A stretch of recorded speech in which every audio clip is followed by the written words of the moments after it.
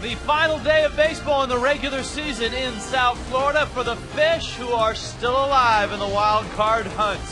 The Marlins at 83-72, a win over the Mets last night. Before the ball game, the Baseball Writers of South Florida giving out their awards. Cody Ross, the Good Guy Award. You saw Chris Coughlin, Wes Helms getting the Jeff Conine Award. Hi everybody, Rich Waltz along with Tommy Hunt. Marlins and Mets, it's a meaningful game with the Rockies losers last night. The Fish 4 back in the wild card. However, the Marlins getting bad news this morning. Josh Johnson has the flu. He will not start in this game. Cody Ross wrist. In all likelihood, he's not available in this game. And Nick Johnson is still sick as well. So the Marlins go into that game, or this game, with that on their minds, that they're without three of their big guys. Here's what you think, though, Rich. It's the last home game of the season. You're still in the hunt. That's all you can ask for. Chris Volstad gets the call. You hope he comes up with a nice game. Yep, man. So Volstad getting only his second start in the month of September. Without those guys, the Marlins were able last night to get a win, and one of the reasons why is an unsung hero. I know we've talked about Chris Coughlin for Rookie of the Year, Hanley a batting title and possible MVP, JJ in the Cy Young, but Jorge Cantu has been a rock for the Marlins all year long. He has been steady, and he has gotten even better as the year's gone on. You see his season numbers, 94 RBIs to go along with his 16 home runs. He had 95 RBIs last year. In September, he has been hot. This last 43 games, Jorge Cantu's hit .314 with 34 RBIs. How about just his last 3 games? He's 9 for 14. So he has been on a tear. He has been a key performer batting behind Hanley Ramirez in that number 4 spot all year. Okay, Chris Volstad making the start. On alert are Christian Martinez and Andrew Miller. Pat Mish is going for the Mets. Marlins have seen him. Marlins have beaten him. Yep, a soft tosser. He's coming off a start where he did not fare well at all against Atlanta. And hopefully at the last minute, Chris Volstad can come up with a nice one against a ball club he's pitched well against. It's the last home game of the regular season. The Marlins are still in the hunt. A must-win against the Mets, an emergency start for Chris Volstad. When we return, we'll look at that again. Craig initiated into the Pie Club. Let's see if he's cleaned up.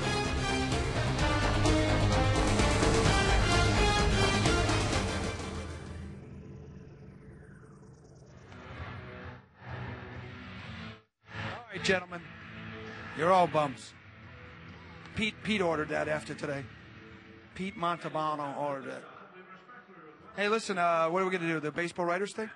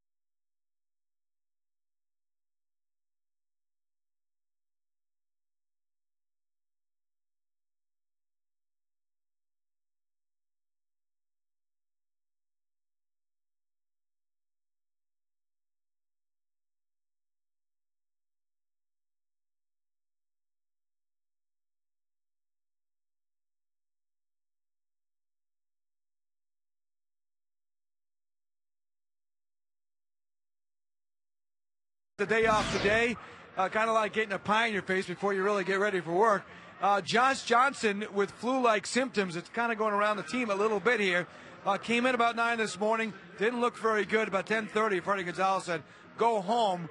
And Chris Bolstead got the last-minute replacement start. Chris was not alerted to this last night, just told this morning, so a couple hours of preparation as he walks behind me and gets set to start here in a big game for the Marlins. Freddie Gonzalez talked about this move and before the game with us and what he's going to do with Johnson perhaps rest of the week. When you're together like that in the clubhouse,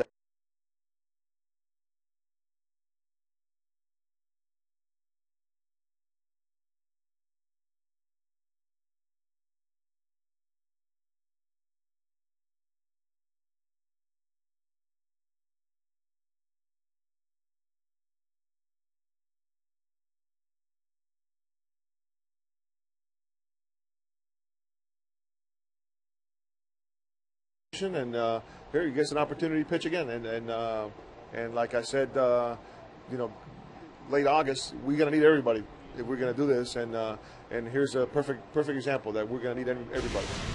This will be Volstad's 29th start of the year. As for Johnson, he probably won't fly with the team. Nick Johnson is also out with the flu, definitely will not fly with the team. He is home resting.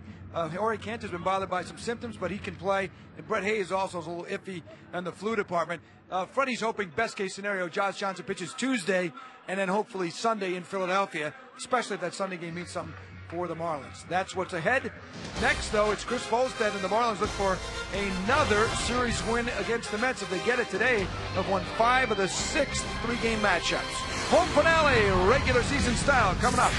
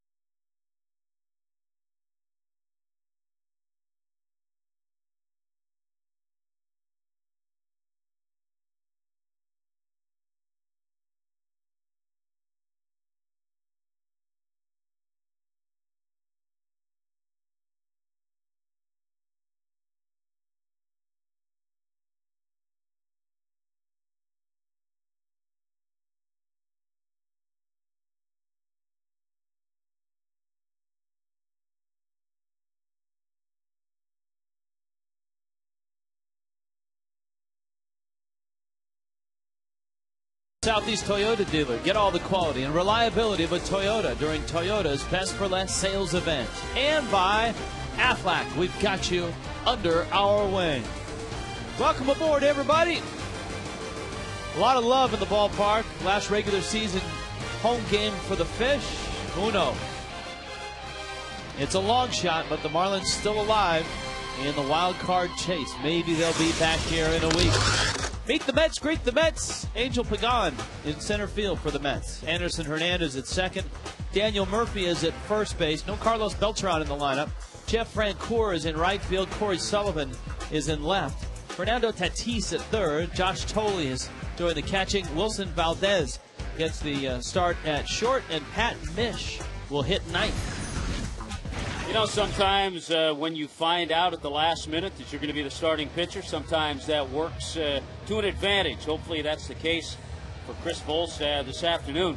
The last time Chris faced the Mets was back on May 31st. He went 7 innings, gave up 6 hits and 3 runs.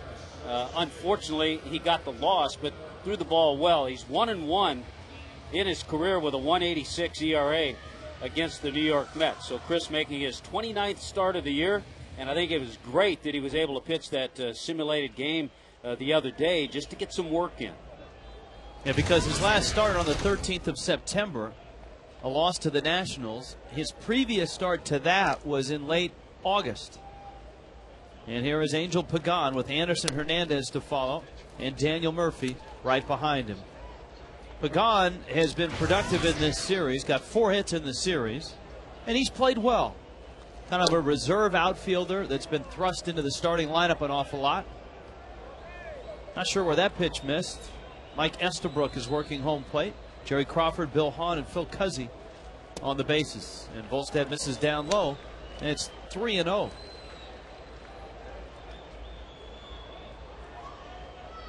The long ball has hurt Volstad this year. Given it up 28 of them in 28 starts. There's a strike. And I think we saw Rich, as Chris went through some struggling starts, it wasn't the velocity. His velocity's always kind of stayed in that same area. Cantu bobbles, picks it up just in time. Look at the look of relief from Cantu. He knew that the freight train was coming down the tracks. He just had to get the ball. Well, let's just say this. He got called for traveling, but he got the out. Routine ground ball, but he has a little trouble finding the handle.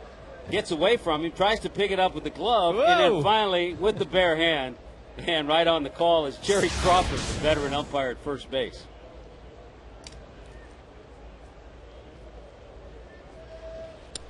Anderson Hernandez takes inside, commanding the fastball. One thing that Volstad has really struggled with, especially in the months of July and August. Hernandez getting the start at second base. No Louis Castillo in the lineup today. Yeah, and that was the point I was making with this fastball. Velocity's been good. He just hasn't had the command with it. Well, he went 3-0 to Pagan. He's gone 2-0 to Hernandez. And he buries a 92-mile-an-hour fastball for a strike. It's 2-1. So far, nothing but fastballs from Chris Volstad. Line shot left field. A little easier to make that play than last night when Coughlin lost one in the lights and actually had the ball graze his cheek. Yeah, by the way, he did lose it in the lights. We confirmed that today. Maven and Carroll filling out the rest of the outfield. There's Wes at third base, Uncle Wes Cantu at first, and Ronnie Paulino behind the plate against the lefty Pat Mish. In some ways, Rich, I think an important start for Chris Volstad because he certainly figures in the Marlins' plans for next year. Was talking to Ron Darling, one of the Mets analysts, and obviously a guy who is a very good authority on pitchers. And he talked about Volstad. He likes the mechanics. He likes his makeup. He said, you know, got to remember, he's only 22. That's what we keep telling ourselves about Cameron Maben, too. And there are guys that are going to come out and not be great at the start of their careers. It takes them a year or two to figure it out. And Volstad really had a nice start last year when his ERA was under 3 and he was 6-4. If you have, and this is the analogy, this makes sense, if you have this stuff as a Doc Gooden and you come out as a 20-year-old, 21-year-old, it's a different story. If you're a pitcher, and we saw that last year, a 2.88 ERA, a 6-4 record in his 175 innings. Combined, Double-A and the big leagues. He had to make some adjustments this year. Breaks that bat. Ugla picks it up, flips it over to first. A good start for Chris Volstad. 1, 2, 3, go the Mets.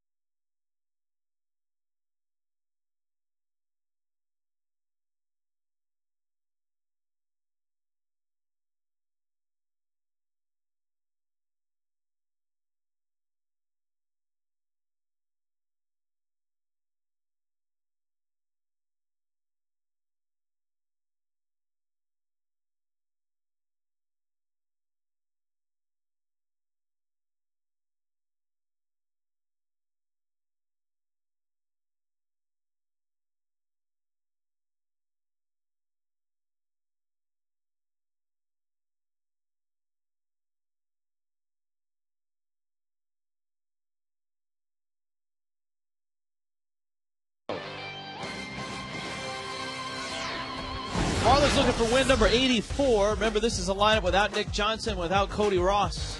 Chris Coughlin leads it off. Cameron Maybin in center hits second. Hanley Ramirez at short. Jorge Cantu has had a very nice series. Dan Ugla right behind him. Wes Helms gets a start at third base. Paulino with the lefty on the mound gets the start behind the plate. BC in right field. Chris Volstad hits ninth. Yeah, unfortunately, Cody Ross hit a 3-run homer against Pat Mish. The only other time Mish faced the Marlins, and it was a 6-3 win for the Fish in that game. They got 5 runs off the lefty who's not overpowering. No, a finesse guy who was with the Giants for 3 years. Coughlin stands in with his average at .312. Boosted it with a couple of hits last night. And he opens play 7th in the National League batting race, 2 points behind Ryan Braun.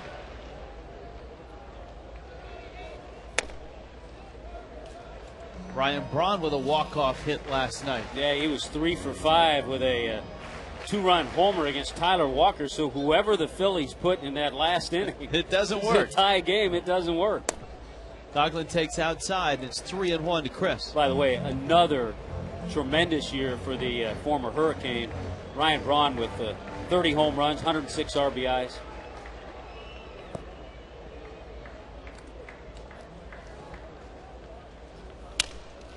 Little broken bat, looper left field. Coughlin's got a bleeder for a hit. So a leadoff single here in the first. Good way to start. Brings a smile. You get that broken bat single, you get a little bit of a smile. There's the defense with Sullivan, Pagan, and Francoeur in the outfield. Pagan moves over to center with Beltran out of the lineup. Tatis moves over to third, Murphy at first. Valdez and Hernandez up the middle, and Josh Tolley behind the plate. Cameron Maybin steps in. Maybin was a stand-in last night after Cody Ross got hit by a pitch. Maybin came in and made a big defensive play. Freddie Gonzalez was talking about that play before the ball game and how important it was for Maybin last night. Came in after Ross got hit. This is the play. David Wright was at second base. Francoeur was out, and Wright had not crossed the plate. That run did not count. Would have been the 4th run, would have given the Mets a 4-2 lead. Yeah, and as Freddie pointed out, not only a 4-2 lead, but if Maybin's throw isn't on the money and they don't get Francoeur, it changes the whole mindset, because then Freddie probably comes to get Sean West. But as it was, it gave West an exit from the 5th inning. In watching that again, the thing that was impressive is that the 22-year-old didn't panic. He got it. He didn't rush the throw, but he made a perfect throw. Maybin sprays that one fair. Down the line it goes. Coughlin's racing for third. Into the corner, Francoeur. They'll hold him there with Hanley coming up. Francoeur played it well, and he has one of the better arms in right field in the National League. Clearly, Cameron Maybin made an effort to hit the ball the other way. He showed that on his first swing. He was trying for that hole on the right side. Gets it past Murphy for our Checkers double of the game. What a nice bit of hitting by Cameron Maybin, hitting in the number 2 spot.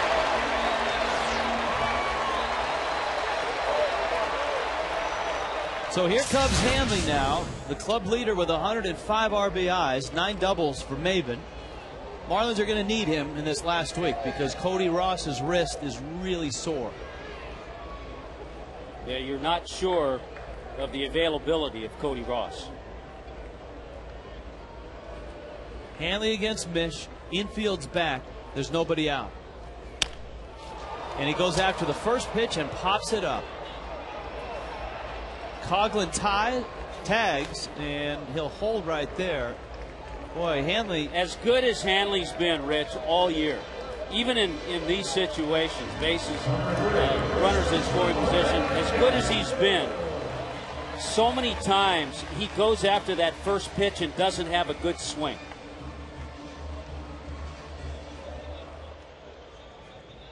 Miccosukee brings you our weather.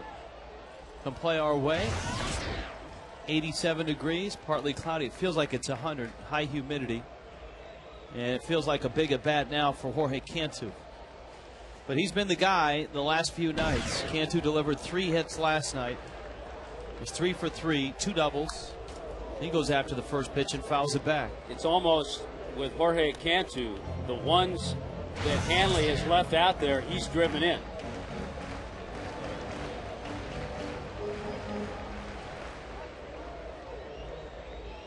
Cantu 94 driven in.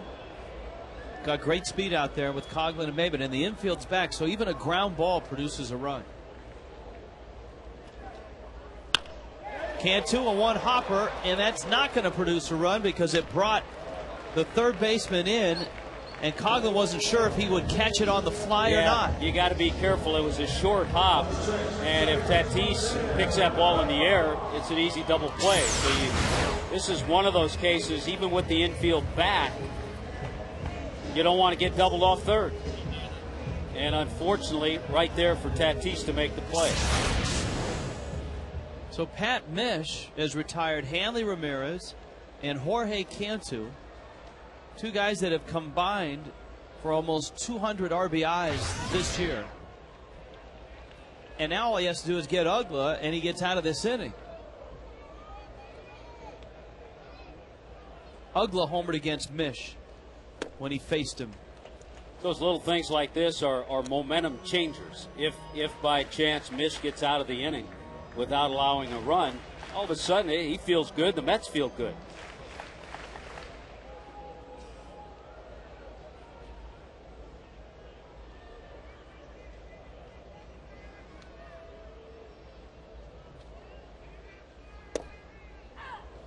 Mish a change up to Uggla for a strike. It's 1-1. Out of Western Michigan, Giants 7th round pick in 2003.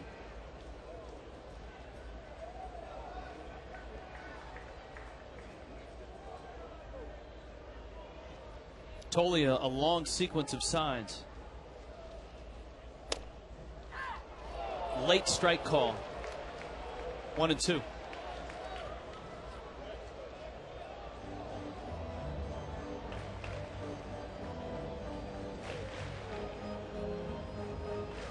There's Coghlan. He opened with a single. Maben followed with a double. But Ramirez went after the first pitch out of the strike zone and popped out. Cantu hit a sharp 1-hopper. And now Uggla pops it up. And the Marlins' first inning falls flat. Yikes. They leave 2 out there, and we are scoreless.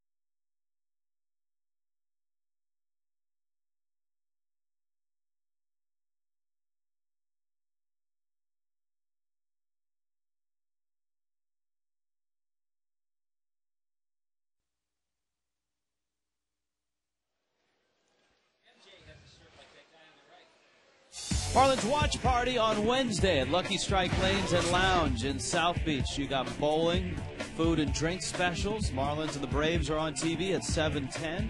1-877 Marlins. the number to call. I do believe a Jerry Garcia lookalike in that last shot. Got the hair, got the tie-dye. Francoeur, Sullivan, and Tatis. Volstad misses low and inside. Here he is. Got the patriotic hat. Into right, a base hit. And Carroll scoops it up. Francoeur singles to right. Up comes Corey Sullivan. So the Marlins had a great opportunity to get on the board in the first. They didn't. And Volstad gives up a leadoff single to Francoeur. Sullivan, who 2 nights ago was a hero. 2-run single in the comeback for the Mets in the 9th inning. In one of the more painful losses for the Marlins. 6-5 to the Mets. That's how quickly a tone of a game can change, with the Marlins failing to get at least 1 run in with that 2nd and 3rd no-out situation.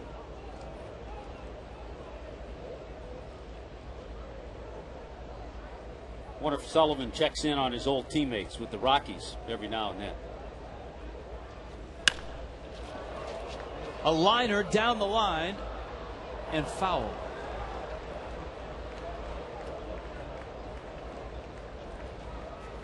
Remember how last night, Tommy, when the ball that Cantu hit, we were trying to see if it was fair or foul, and some powder popped up? Watch when this ball lands.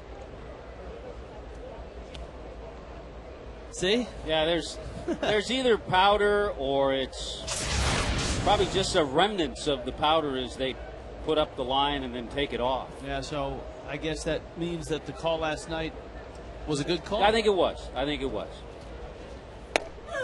Great pitch. Volstad, 93 on the inside part, strikes out Sullivan. Good fastball, good location.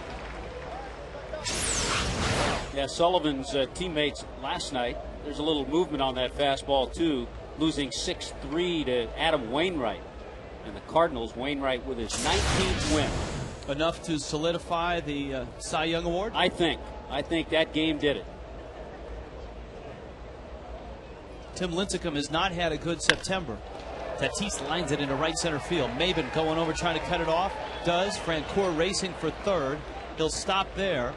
And a nice play by Maben keeps Tatis at first. But the Mets are set up here with runners at the corners. Yeah, Wainwright had 11 strikeouts, was a horse through about 130 pitches in his 8 innings. The Braves have won 5 in a row. They've got Washington. That game is starting about 5-6 minutes in D.C. And then later on, the Rockies are going to face St. Louis. They will not face Joel Pinheiro. Kyle Loesch is going to make that start for the Cardinals. Jorge De La Rosa is on the mound for the Rockies.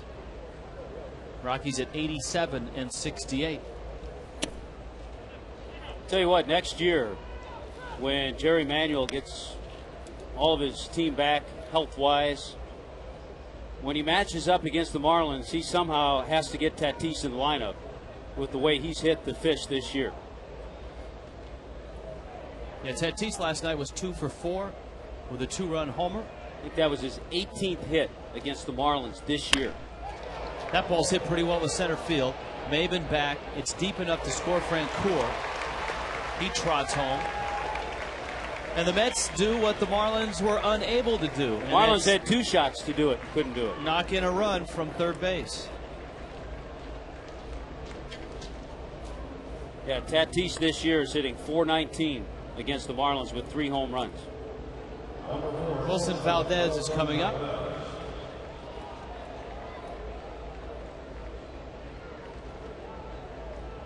Who knows what the Mets will look like next year?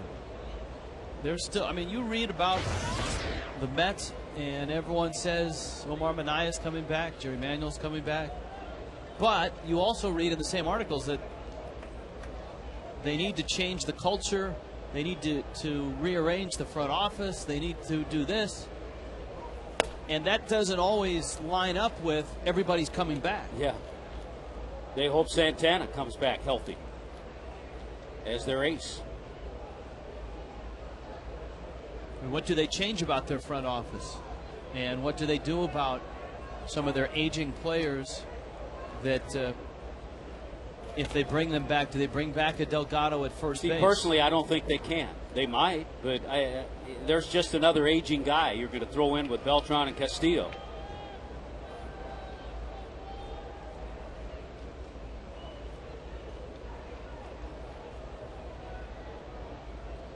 I think Francoeur is a good fit for them. I do too. I saw a note that Jose Reyes worked out the other day and ran with a high intensity.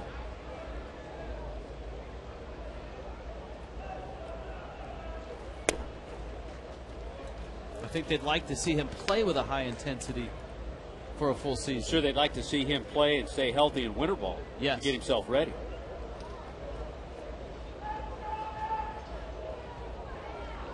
He'd be a good guy to pick in winter ball fantasy baseball. Yeah, that's a good call. You know, the sad thing is somewhere there is a winter league baseball fantasy league. It probably is, yeah. The fall league, the Mexican league. Oh, and Amezga is always a high pick in the Mexican league.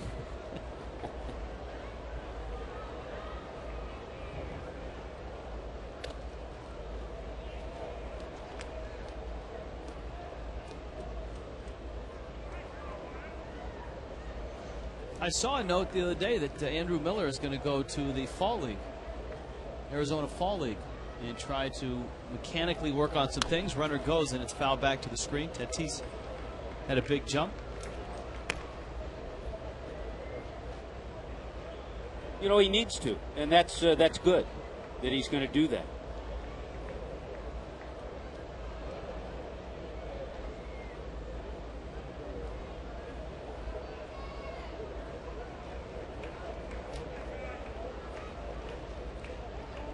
Two and two to Wilson Valdez. Ground ball off of Volstad's foot, and it's a fair ball and a base hit. That's the last thing the Marlins need, is Volstad to get banged in the foot. And hopefully he's okay. Here comes Freddie to make sure. Well, so many times you see balls hit off pitchers when your guys do it and they carry them right to the first baseman. This one high in the air, and by the time it was chased down by Ronnie Paulino, an infield hit for Valdez. So hopefully Chris is okay. He appears to be. Looked like he's pointing, got him on the shoe. He's pointing to Freddie and to Mike Kozak.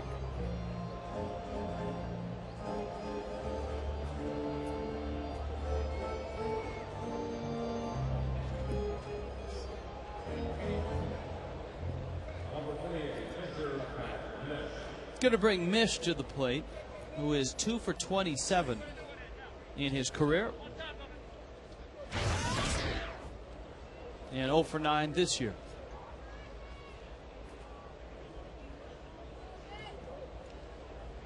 I think if you told Met fans that Pat Mish would be finishing the season in your rotation, they would be in disbelief. Well, he's pitched in Fresno this year. He's pitched in Buffalo, a little bit with the Giants, and now with the Mets. Tatis and Valdez aboard. Chopper towards short. Hanley has it, steps on the bag, and the inning is over. But the Mets are on the board. It's 1-0.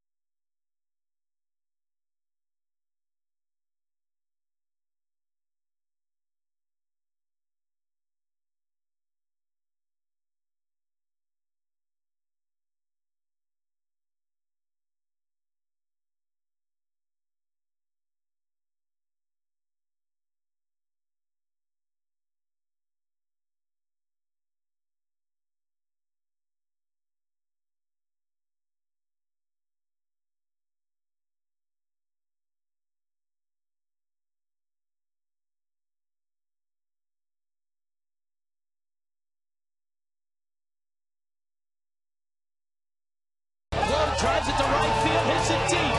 Back goes Church. Got a chance. Gone. Ball game. Walk off. Ross Globe. There you go, Lowe's.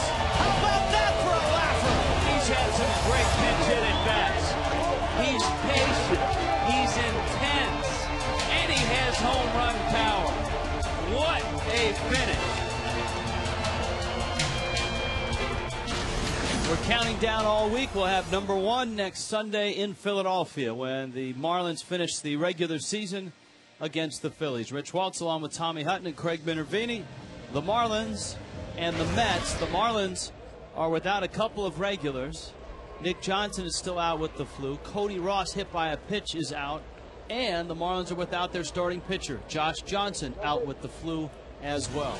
Kind of fun seeing those top 10 moments and you and I kind of going through them just to relive the excitement that we had this year. You kind of forget about some of the ones earlier in the year. It's been an amazing ride for the Fish at 83 and 72, 7 games left and 4 back in the wild card.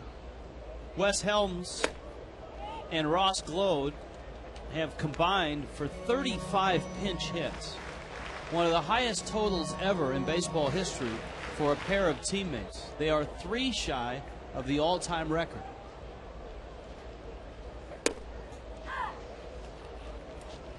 Mish gets the corner, and it's 2-1.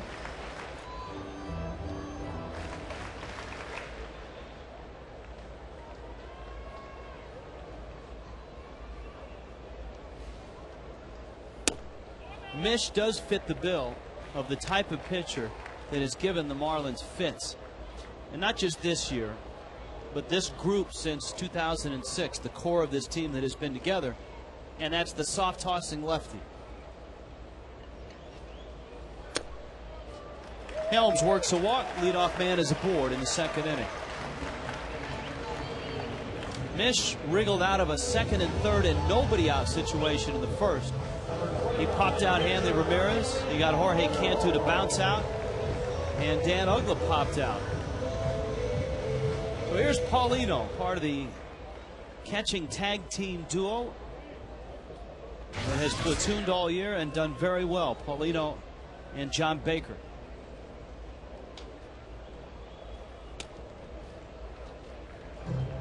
Mish misses down low.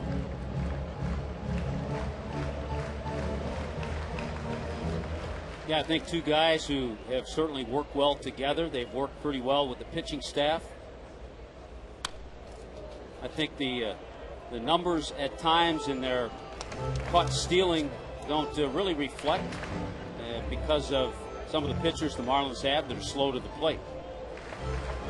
Marlins have a staff loaded with 6'7", 6'8" pitchers that all take a long time to get to the plate.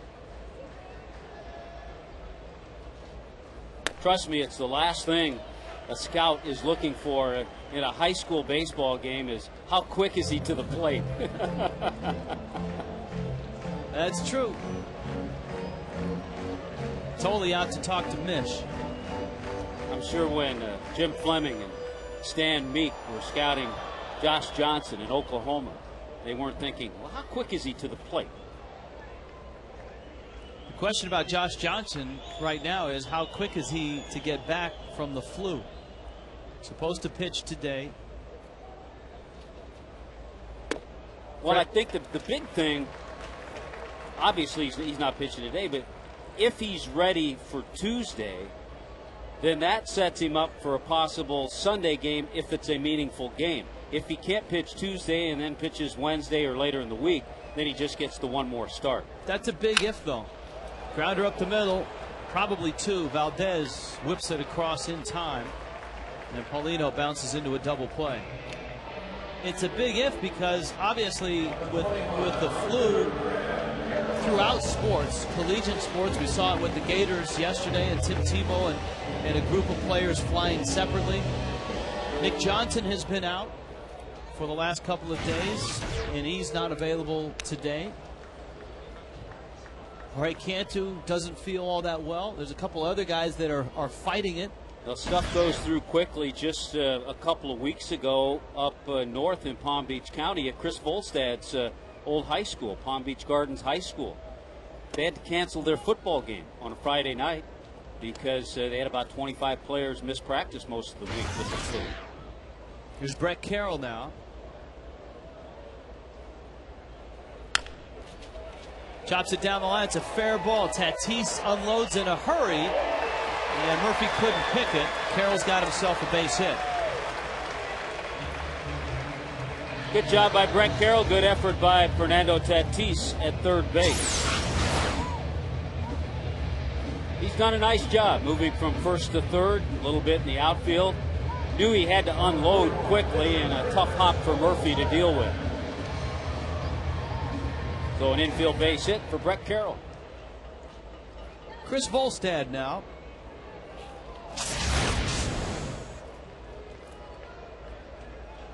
Volstad's biggest contribution offensively to the Marlins this year was loaning Josh Johnson his bat. Johnson hit a couple home runs with Volstad's bat. And then Volstad with that same bat got his first RBI. He's driven in 3. Sadly, though, Volstad broke that bat. And ever since, Josh hasn't homered.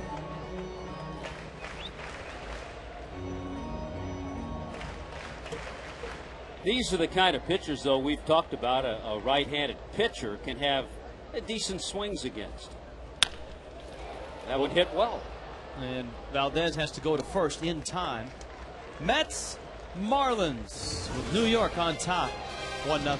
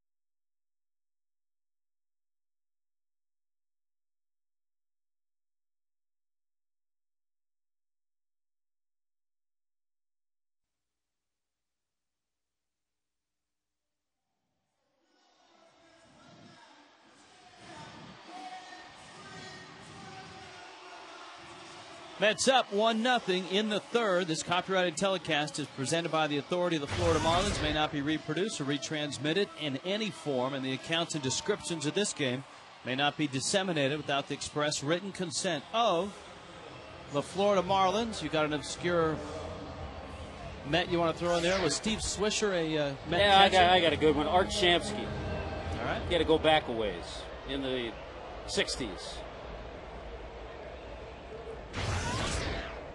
Angel Pagan, Anderson Hernandez, Daniel Murphy. I tell you, Angel Pagan has not been an obscure Met this year. No.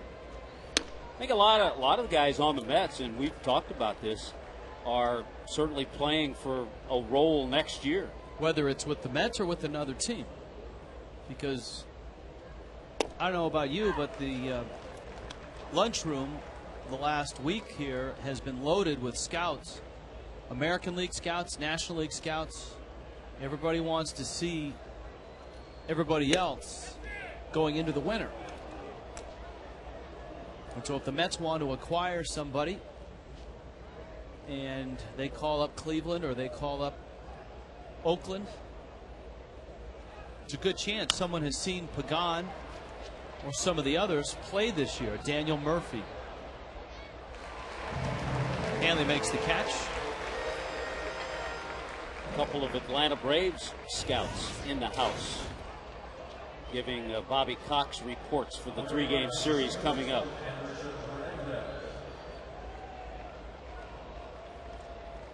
And I'm sure our own Joe Moeller has been following the Atlanta Braves in Washington. Those Brave scouts, Tommy, just got a note on their iPhone saying Josh Willingham and Ryan Zimmerman went back-to-back, and the Nationals have a 2-0 lead over the Braves in the first. Back-to-back against a guy who doesn't give up many home runs, Derek Lowe. No. Zimmerman's 32nd, Willingham's 24th. So the Marlins get a helping hand from a former teammate, the Hammer. We'll have to send Hammer a nice note. Boy, no swing. Says Phil Cousin. I think as you see Chris work along, if he establishes the curveball and changeup, it just makes that fastball more effective, because he's not going to throw the fastball by a lot of hitters if that's all he throws. There's a little changeup there. He's thrown more of those this inning, changeups and curveballs. And a lot of that due to the fact that second time around for the Mets in their lineup.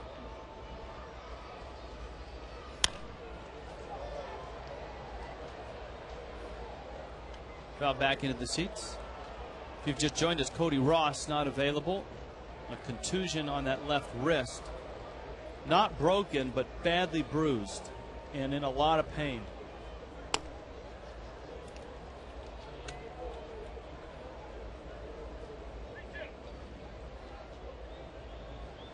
Which is unfortunate in this game, because he's the guy that had the 3-run homer in the win against Pat Mish the first time the Marlins faced him.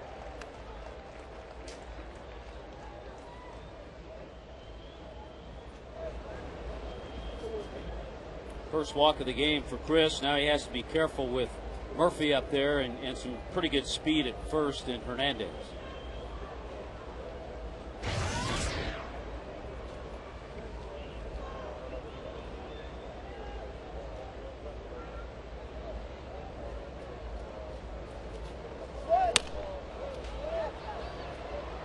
Murphy fouls it off. Daniel Murphy bounced out his first time up. Murphy's had a chance to play at first base. Mets, of course, when the season started and they came through. Remember, Murphy was in left field. He dropped that fly ball on the warning track. Marlins got a couple of runs off of Johan Santana. And Murphy got some glares from Johan Santana. Yeah, and Santana buried him in the paper as well.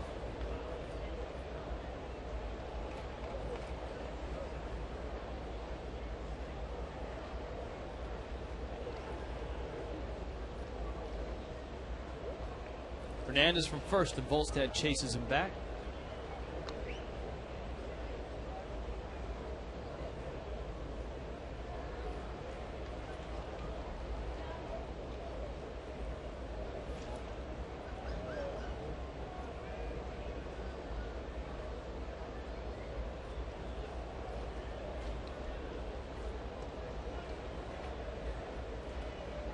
A high point for Chris this year, that complete game shutout in July in San Francisco.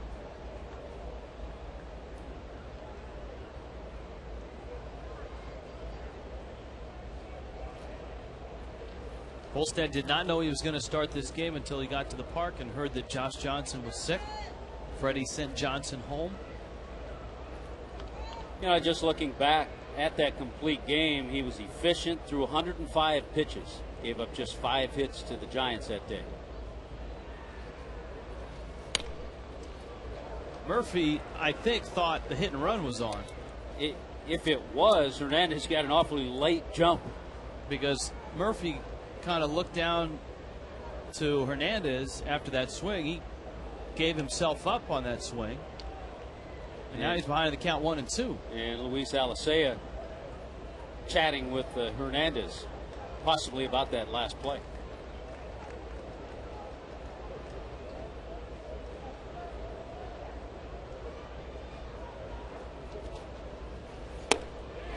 And then Volstad buries him, and Murphy is upset.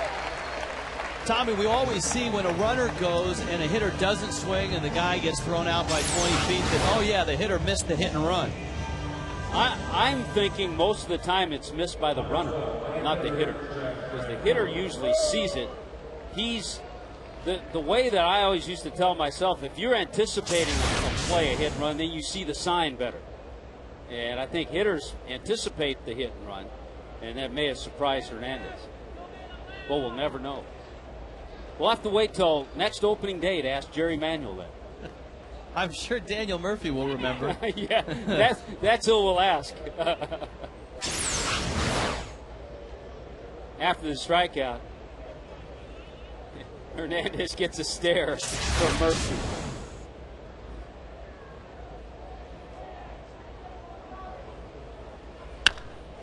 Breaking ball, fly ball, left field hit well. Coughlin back to the track. He looks up. That ball is gone. Jeff Francoeur. Two-run shot. And the Mets stretch their lead to 3-0. Well, I know Francoeur was happy that he was not going to have to face Josh Johnson. He is now 5 for 9 against Chris Volstad. And he knows JJ with that 97-mile-an-hour two-seamer can hurt that thumb a little bit. That breaking ball right out over the plate. Good extension by Francoeur. His 14th home run, but he has done a terrific job since he's been with the Mets. 70 games with the Mets, over 300, his 9th home run as a Met.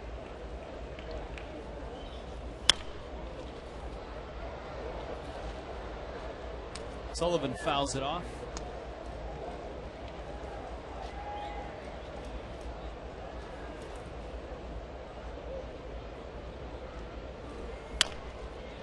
There's a ground ball foul. That home run, Tommy, may have ruffled Chris Volstad, who in the next pitch started from the stretch with nobody on and then stepped off.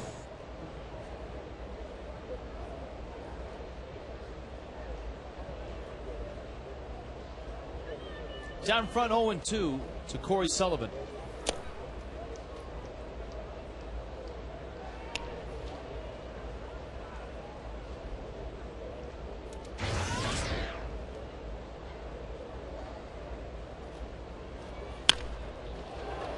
Sullivan out to center. Maben patrolling out there today. Makes the catch. But Jeff Francoeur, a two-run shot. The 29th that Volstad has given up this year.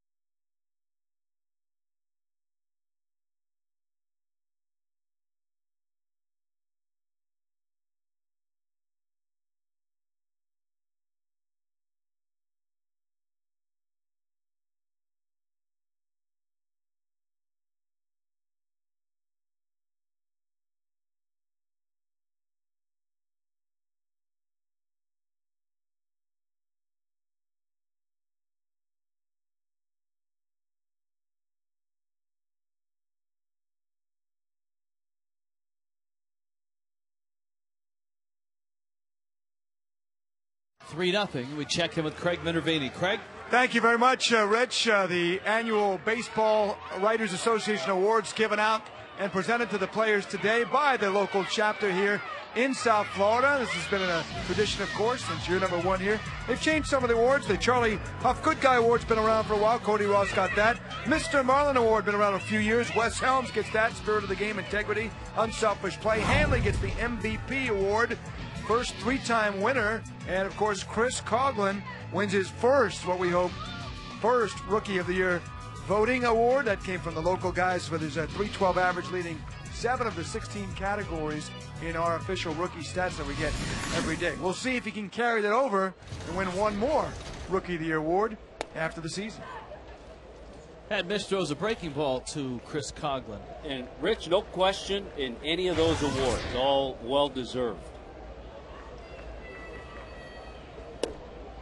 Coughlin opened up the Marlins first with a single to left. Cameron Maben chased him to third with a double, and the Marlins were sitting pretty against Pat Mish.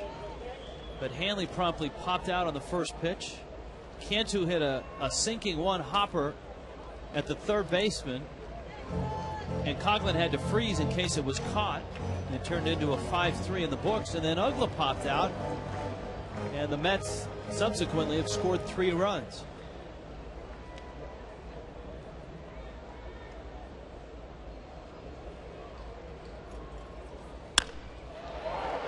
Coughlin drives that ball to left center field. Pagan is back, and he leaps and makes the catch. Boy, Chris hit it well.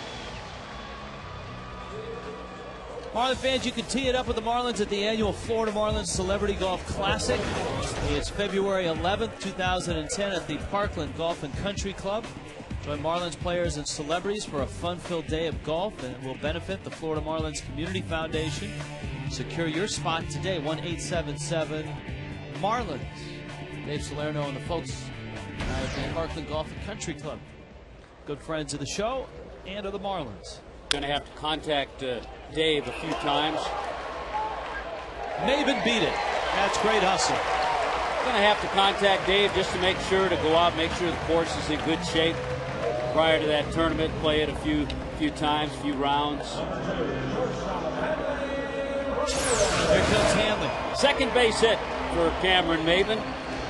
And another difficult play for Fernando Tatis. He does all he can, but Cameron's speed just got him to the bag ahead of the throw, so he's 2 for 2.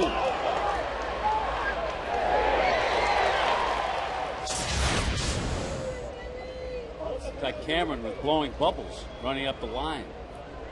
He and Coughlin are quite good at that.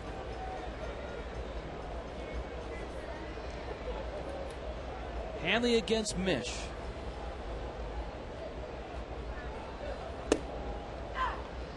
.83-mile-an-hour. I'm not sure if it was the changeup or his fastball. His changeup's been coming in about 78, 79.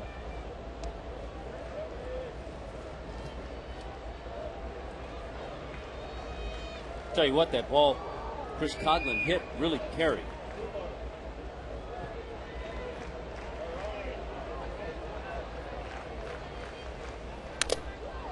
Hanley fouls it at the plate.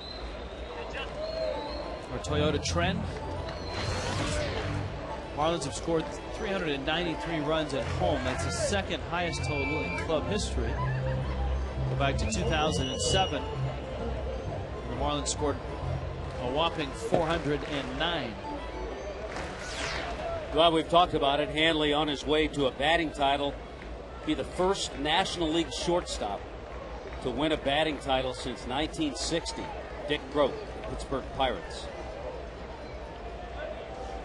Maben's at first, and Mish steps off. Hanley went after the first pitch and popped out, but he's had success going after the first pitch at times. He homered the other night on a first pitch.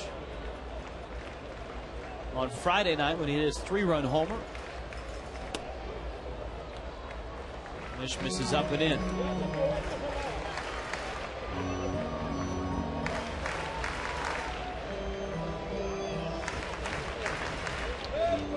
There's his average on the first pitch.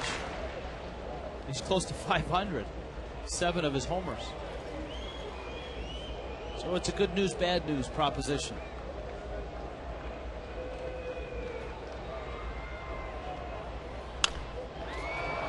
1-2 is popped up, almost the exact same spot. Hernandez, and this time it's Francoeur.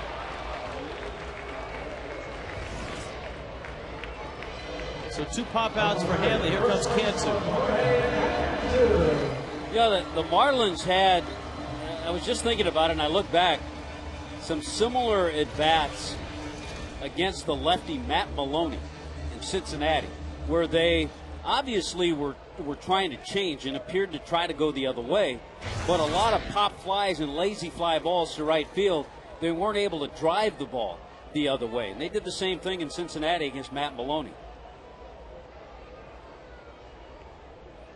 They saw Mish earlier this month on the 9th. Cantu rockets one foul. Guys had a good week down there. Made some nice plays.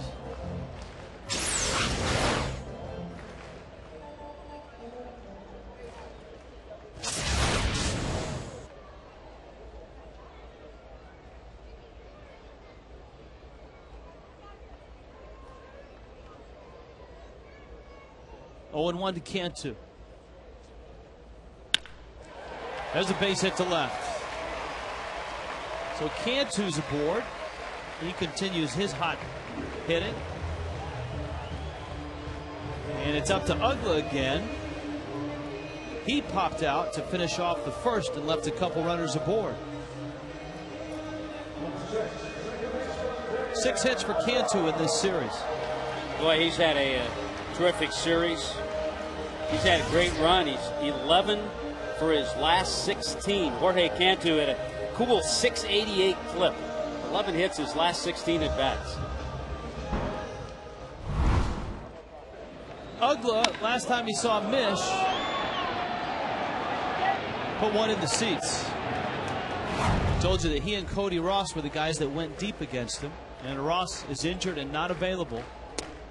Mish misses outside. Yeah, Mish in that game went 6 innings, gave up 6 hits and 5 runs.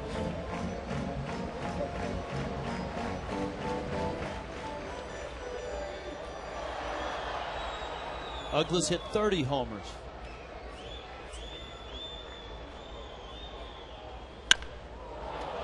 And he pops this one up. Valdez is out. And it's Pregame who calls him off and makes the catch. A frustrating afternoon for the Fish so far.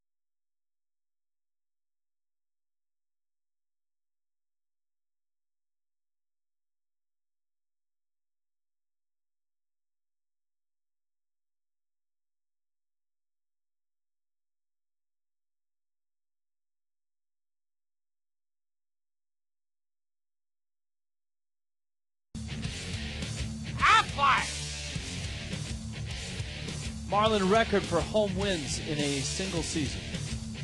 Who holds the Marlins record for home wins in a single season? So obviously starting pitcher will start with a Dontrell Willis. Kevin Brown, Alex Hernandez. Hanley gets the Tatis grounder, fires over to first. Volstad gets a quick out to start the fourth. And he'll bring up Josh Tolley with Wilson Valdez to follow. Tatis following an unfamiliar path in this ballpark, and that's jogging back to the dugout. He hadn't done much of that in this series. Yeah, he's usually taking a turn around first.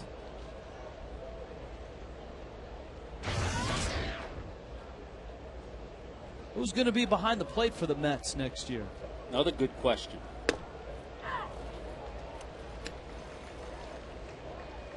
Yeah, it'll be an interesting offseason for the Mets. Hanley jumps and gets the liner.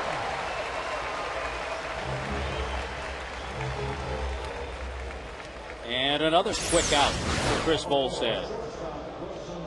Just let him hit it to Hanley. The ground ball, line drive. Hanley will take care of the rest. Boy, he had that stretch of 56 consecutive games without an error. And still just 9 errors this year. Terrific defense. The strike to Valdez. So one thing we know for sure, Rich, when we go to spring training next year, we won't hear the talk of, well, Hanley, you know, one of these days will be going into the outfield. I don't think we'll hear that next year, the way he's played defense this year. He's been in the top 4 in fielding percentage all year. Now in the top 3. I think Valdez and home plate umpire Mike Estabrook gave up early on that curveball from Volstad. And now the count goes to 3-1. It's a guy you'd love to get, so then you could have Mish lead the inning off.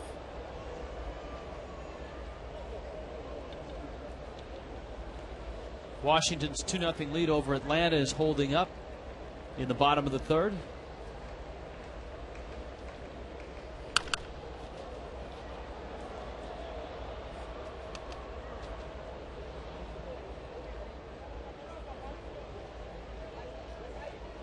Three and 2.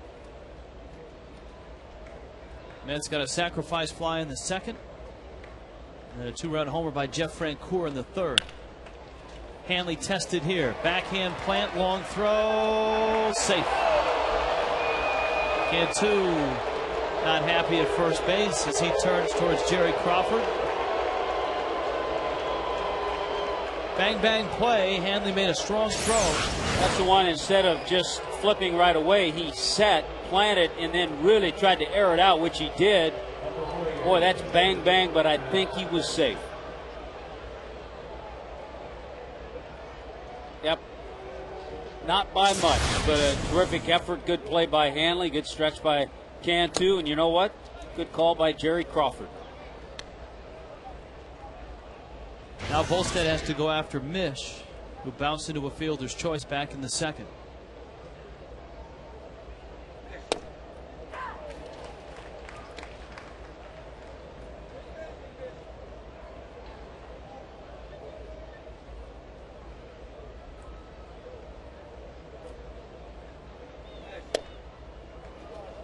Two-one.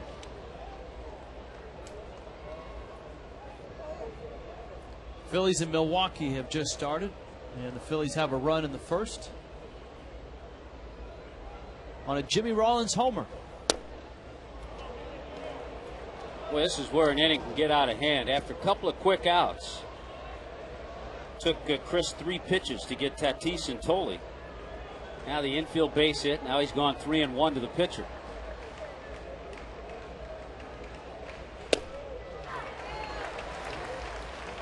Eases up on the fastball for a strike. Full count, and it'll send Valdez from first with 2 outs in the 4th. Lost him. Wow. And this was something that I thought Chris was really good at last year when he joined the rotation. And it was something that he told us he had worked on in Double-A. And that was managing an inning, not letting an inning get out of control. And we've seen that happen a few more times than it should this year. Now he's really got to bear down with Pregame. Pagan's 0 for 2, but has 4 hits in this series. Lines it to left. Coughlin is there, and he makes the catch. And the Mets leave a couple, but lead this game 3-0.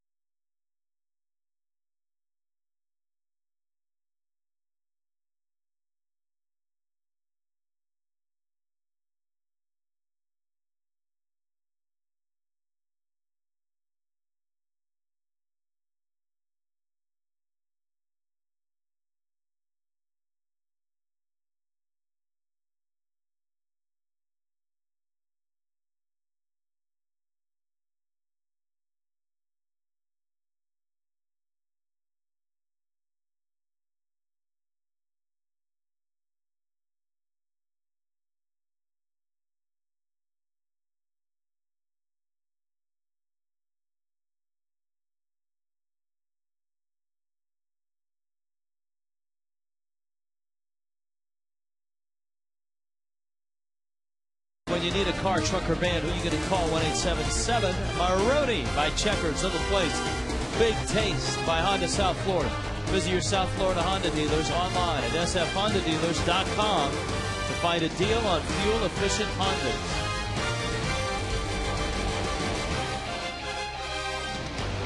Now that's the place to be, or inside the ballpark. The Marlins and the Mets last night played in front of over 35,000, over 39,000 on Friday night. Yeah, over 30,000 3 nights in a row. That Wednesday night game against the Phillies. But we've had a little electricity. It's been fun here at the ballpark. No electricity against Pat Mish. None yet. A brownout, so to speak. Marlins have left 2 on in the first, left a runner in the second, and left 2 more in the third. So they've had base runners. They've had 5 hits. Drawn a walk. That was Helms back in the second. But no runs. A little broken bat bleeder into center field. Hey, Wes always has that same approach against the lefty. See, most of the time it works. Sometimes it doesn't. But he's going to let him get in on it. He's going to stay back. Let's check in with Craig Minervini. Craig? Hey guys, you were talking about that key play in the game last night, top of the 5th inning. Just want to give you the David Wright story. When he came in on that play last night, when he didn't score and Francoeur was thrown out at second, he immediately apologized to his manager, Jerry Manuel, but that didn't end the conversation. Manuel, after the game, told us today that he called Wright into the office and basically said, I can't have my leader do that. And Wright assured him, like Tommy said last night, it will not happen again. Wright did not say if he assumed it was a single. He didn't want to throw any blame on anybody else. He just said, I flat out made a mental mistake, and it won't happen again. He's been struggling, guys, hitting about .230 since he's come back September 1st from being hit in the head. And he made a public comment saying that he's wary of it and flailing at pitches. And Manuel was asked, would you have said that publicly? And Manuel flat out said, no. I would not have gotten the word out that he's a little jumpy at the plate because of being hit in the head. That's interesting, and I do agree that knowing David Wright, he's not going to let that happen again. Paulino at the plate. Marlins bullpen is in action.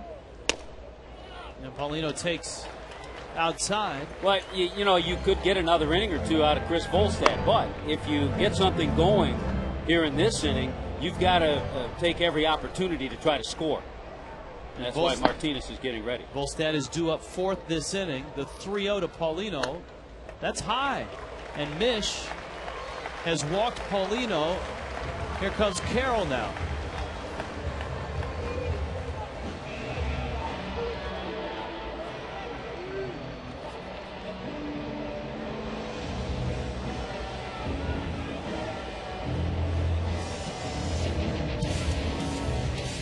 You hear the music, you know the waddle, you know it's the duck.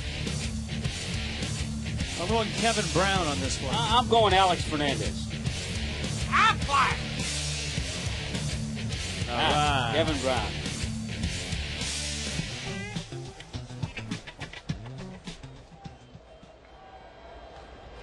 Brett Carroll now with runners first and second. The Marlins have seen this before. They had it back in the first. They had a couple on in the third. Ooh. Boy, you know, after a walk, you're not going to look for the breaking ball. And a little surprise, remember, Estabrook missed one of those calls at Chris Volstad that he kind of gave up on earlier.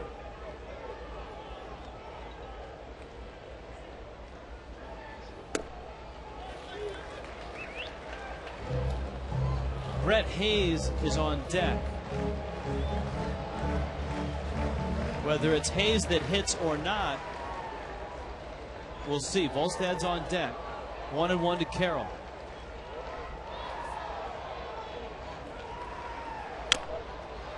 And BC going after a breaking ball fouls it off. I think depending on where the runners are, what happens during this at bat, it'll either be Chris Volstad or Brett Hayes.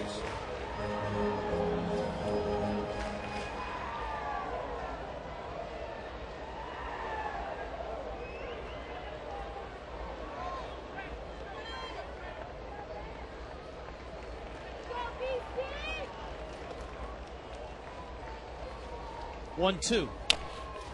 Chopper towards third. Helms does the smart thing and stops. And so the Marlins are at first and second. And Hayes is going to come up. Well, if he keeps running, he allows Tatis maybe to tag and make a throw to get a double play. So West knows the situation. Okay, you got to come get me and just get the one out.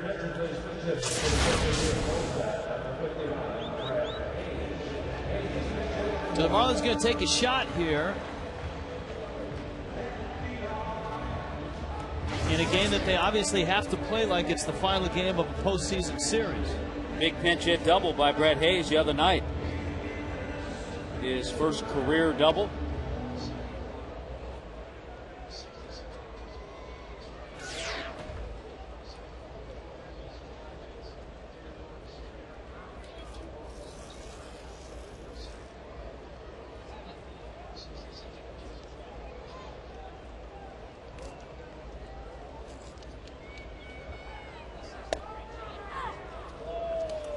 There's a strike.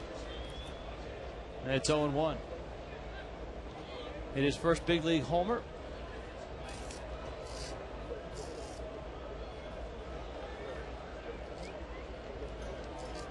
Not a lot of speed at second with Paulino. Better speed at first. And a ground ball out there on the turn. Out at first. Wow. Jerry Crawford brings him up, and the Mets turn another double play.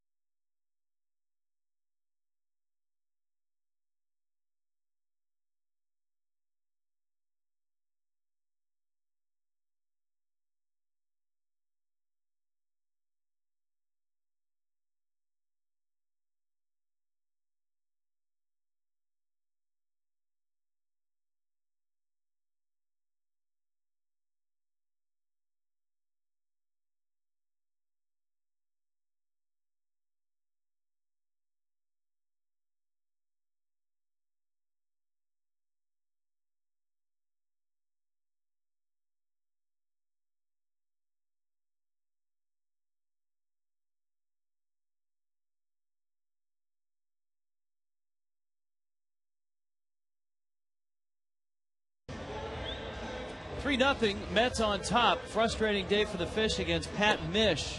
Here's a look at that last play. The ground ball by Brent Hayes. Tatis makes a clean feed. Hernandez makes a quick turn, but he bounces the ball and watch. See the foot? Now that's bang, bang. We had to slow it down. I think what makes it difficult for an umpire, and even a veteran umpire like Jerry Crawford, what makes it hard is that hop. If it's a bang, bang throw in the air, he listens. It's a little easier. Tough play for him to call, but it looked like Brett Hayes beat it.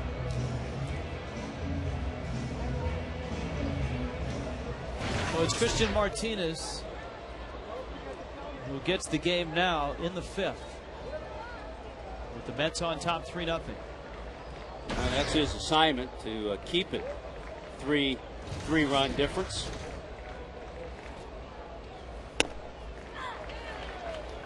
A strike to Anderson Hernandez with Daniel Murphy. Jeff Francoeur also coming up in the 5th.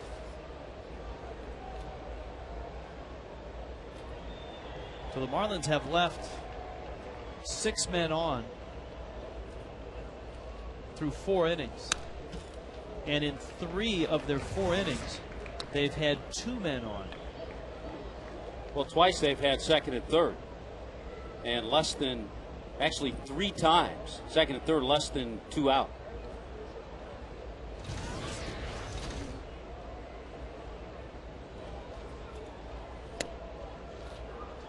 Martinez misses out.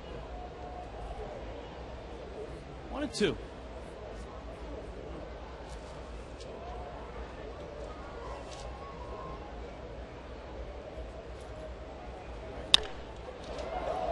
Drive to right. That's well hit. Carroll goes back and he runs out of room. That one's out of here. Anderson Hernandez hits just his 3rd of the season. Well, when you start giving up home runs to Anderson Hernandez, you're going to really dig a deeper hole. No offense to him, but he's not a home run hitter, and he absolutely jolted that ball. Just like a nothing slider or changeup, and he corked it.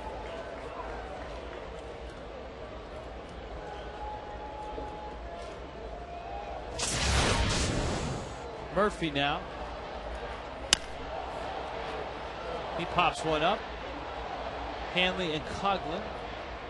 Wow, Coughlin lost it, then found it.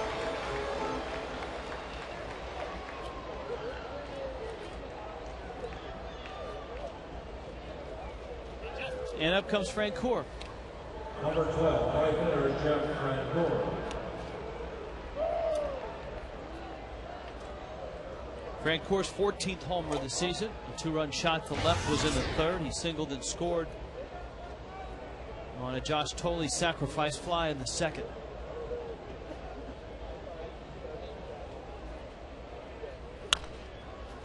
On a day where the flu bug has bitten the Marlins, Josh Johnson scheduled to start, sent home. Nick Johnson still sick.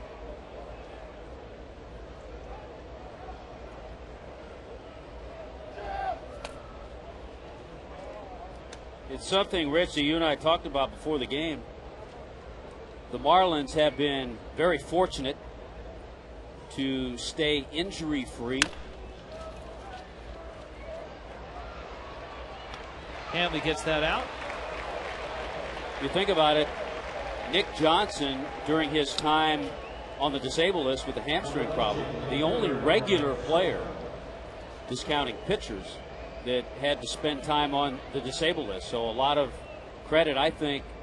There is some fortune and luck to that, but a lot of credit, I think, to Paul Fournier, the Marlins strength and conditioning coach. And by the way, Paul Fournier celebrating his 40th birthday today.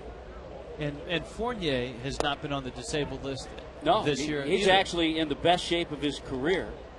And at 40, looks and, as guys say, looks and dresses like he's 20.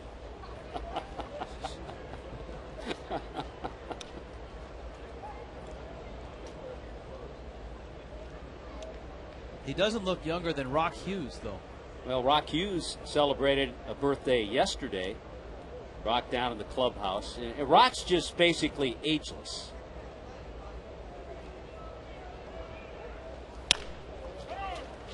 Ground ball. Cantu steps on the bag. Martinez gives up the Hernandez homer. And on we go to the bottom of the fifth.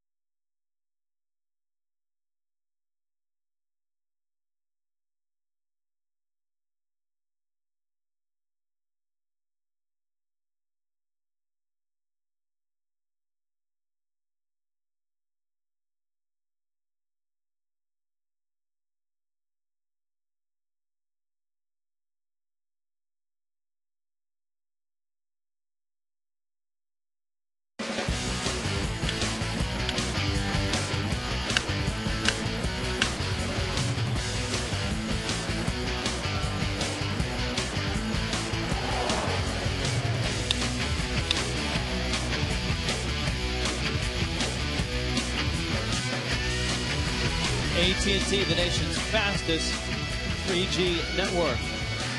Craig getting a pie, about the only highlight for the Fish in this one. 4-0.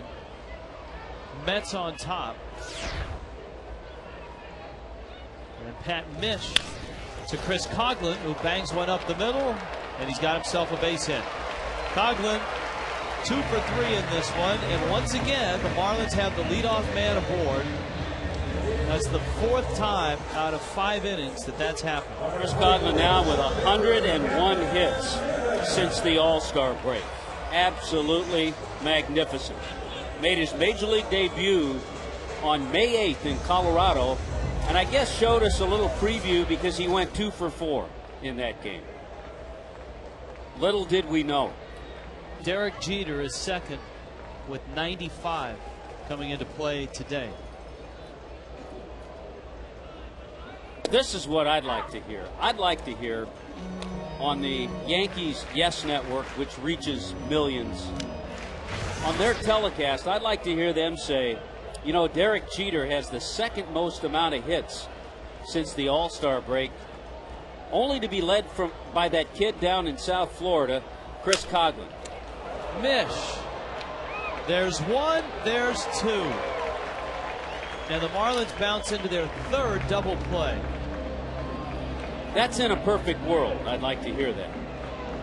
So maybe we can get a note out to Michael Kay or to Ken Singleton, somebody up there on the Yes Network, to just throw a Chris Coghlan out there that he's leading Derek Jeter with the most hits of any major leaguer since the All-Star break.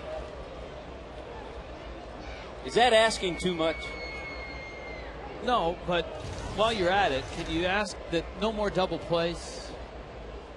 Can you get that done too? I think the other one's a little easier to get done.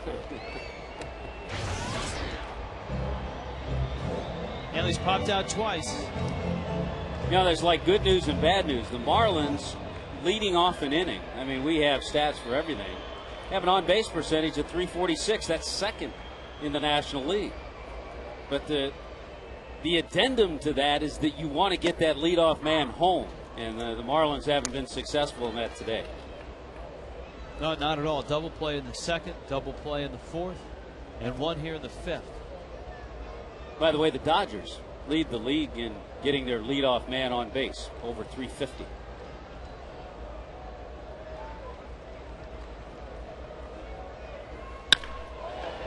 Hanley drives one into left for another base hit. So the Marlins have out-hit the Mets 8-6 and trail 4-0.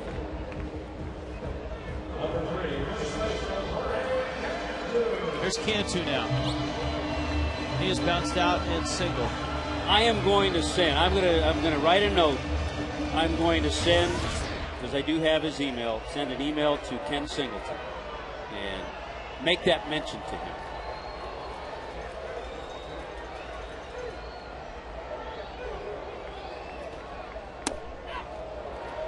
Cantu went around.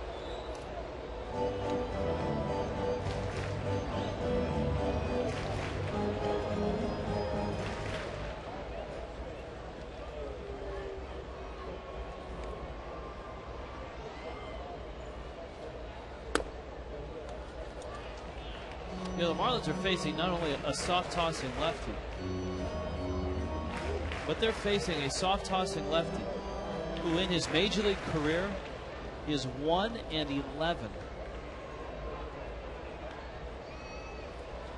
Well, we told you in his last outing against the Braves, September 21st, so 6 days ago, in an inning and a third, Mish gave up 7 hits and 8 runs.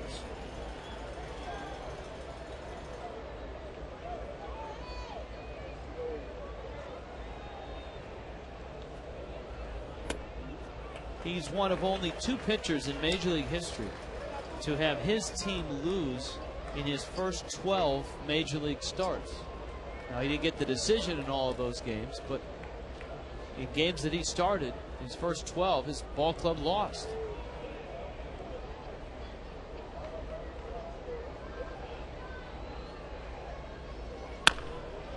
Cantu a ground ball. That's a foul ball.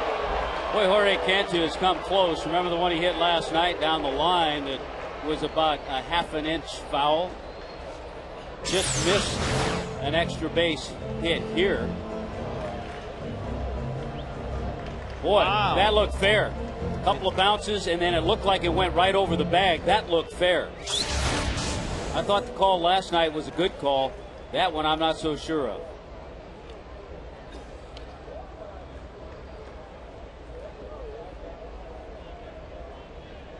So it's 3-2.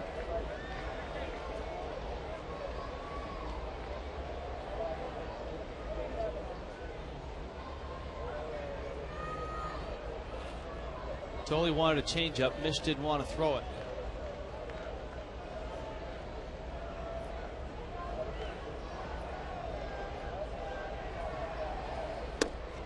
And he missed with it. So for the 3rd time now, Dan Uggla is going to come to the plate with 2 runners on. And both times he's popped out. Well, you pointed out the Mets have turned 3 double plays. Mish does not have a strikeout. And here's an inning with a couple of base hits and a walk. And the Marlins don't have a run and need a big hit here with 2 outs from Dan Uggla.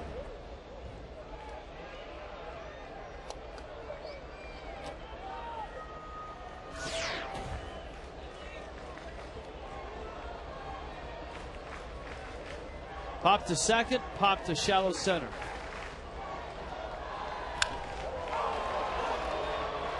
Sends this one out to center.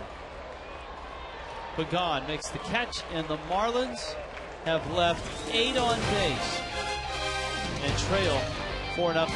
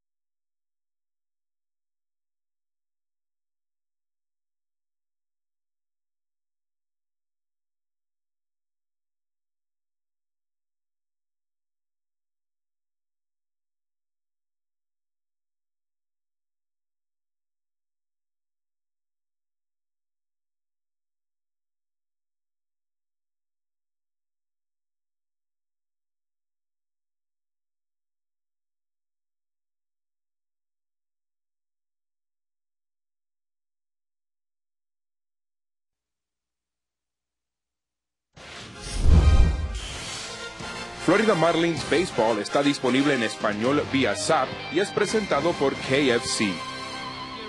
Cookie and Raul join us now. Hi, guys. Rich, Tommy, how are you? Boy, a frustrating day for hitters, isn't it, Cookie? It sure is, Tommy. I mean, we had an opportunity with men on base and we couldn't capitalize. You know, nobody out, men on second and third, and the best part of our lineup coming up, and we couldn't even hit a fly ball or a ground ball. Yeah, it all goes back, I think, to that first inning. If the Marlins score there, a couple of runs, you never know. Well, it changes the whole dynamics of the game right there. You know, we come right back and go from there and see what happened. But then all of a sudden we're 4-0. Hey, Rich, how did you score that double play that Hanley and Billy had on Craig at the top of the show? That was that brought pleasure to a lot of people. a lot of smiles on the crew. But Craig's been in the middle of it, and for the most part, he's escaped the carnage this year. Yeah, not there. That's a good not word. Not there carnage. on getaway day. Hey, Craig felt like soupy sales on that one. Yeah, that's right. I smell like the pastry section at Publix. What did you actually? Was it actually whipped cream or It was. shaving No, they cream? got me with whipped cream. Oh, you're lucky. Very lucky. Tatis hits a high fly ball to the left. You can hear Maben calling Coughlin off. He makes the catch. All right, guys, have a good show. You too, guys. Now, Craig, where are you? I am out with, I thought on this last day of the season at home that we'd honor this group here. But you guys stand up here. This is the Q crew.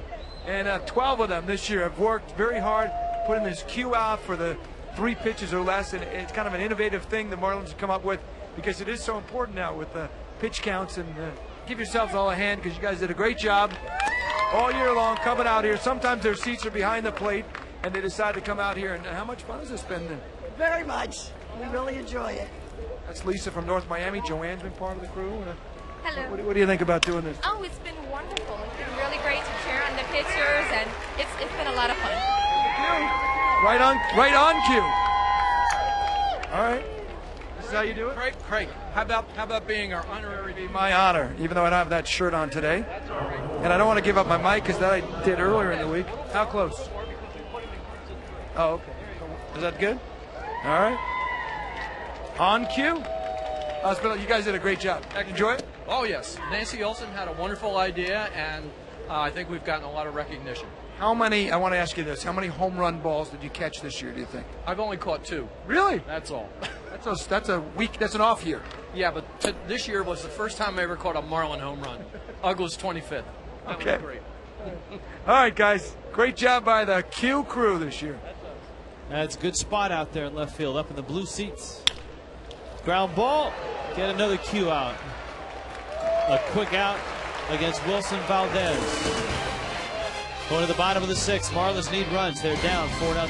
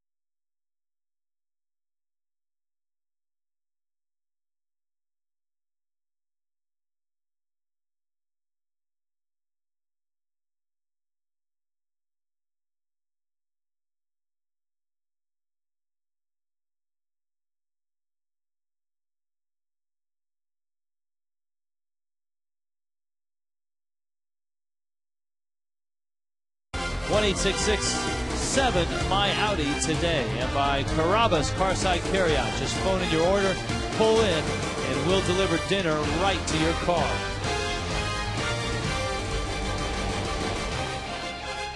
Sixth inning, it's 4-0. The Marlins have had plenty of opportunities in this ball game. They have yet to get a run. They have stranded 8 against Pat Mish, who has kind of walked a tightrope throughout the ball game. 4 of 5 innings, they've gotten the leadoff man on base.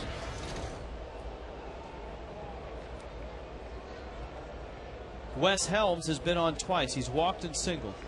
The Marlins, Rich, today, with those 8 men left on base, are 0 for 7 with runners in scoring position.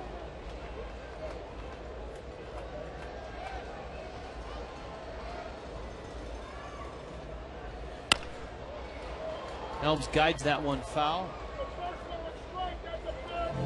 I think the biggest out that Pat Mish was able to get was in the first inning with runners at second and third and nobody out.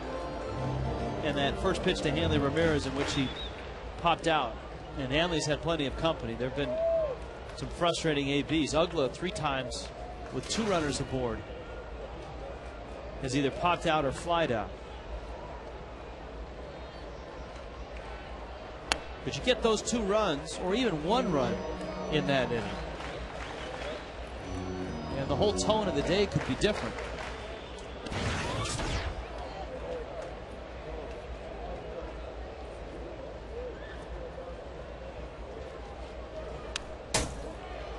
It's been an especially rough afternoon for Dan Ugla.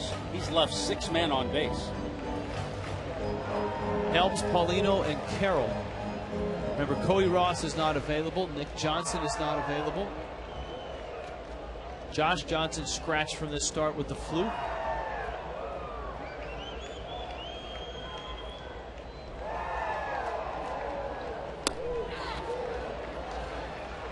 And Helms goes down. Believe it or not, the first strikeout recorded by Pat Mish. Was that a called strike or a swinging strike? I think he called it on his swing.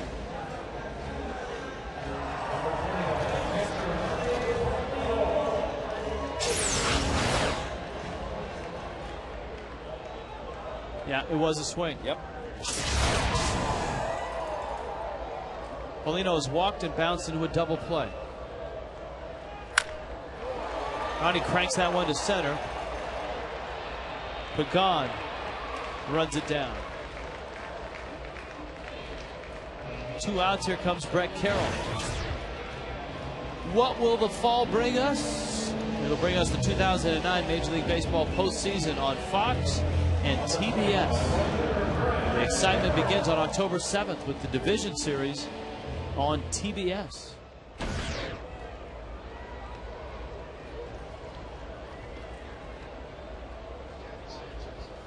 Carroll is 1 for 2. Gabby Sanchez is on deck.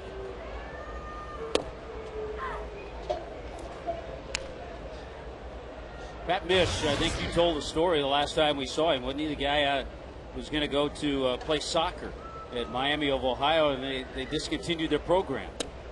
So he ended up playing baseball at Western Michigan. Yeah. And I think we saw a little bit of that soccer footwork on one of the double plays. The 1-6-3, fielded it nicely. Made a good turn to second base. Sharp ground ball. Tatis across the diamond. 1, 2, 3 go the Fish in the 6th. 6 frustrating innings against that lefty, Pat Mish.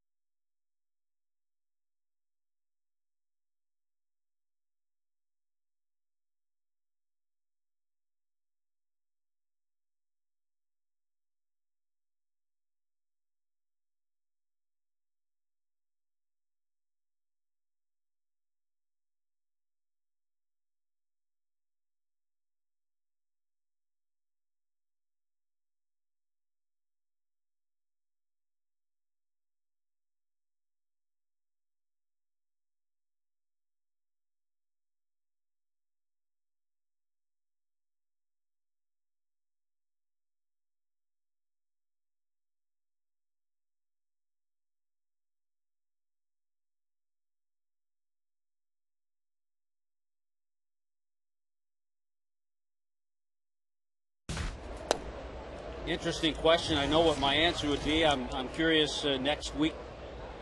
Next Sunday, I guess we'll get the final answer. I'm curious to see what it is. Do we have to wait until next Sunday before we get your answer? Rich, you have to wait. Yeah. I'll tell you on the plane going to Atlanta. I don't want to sway the viewers. I feel if I give my answer right now that I could sway a certain amount of voting. You might sway them the other way, though, as well. There might be a few guys that say, well, I'm a contrarian. If Tommy says that, I'm going. But you see, either way, it's sway. That's true.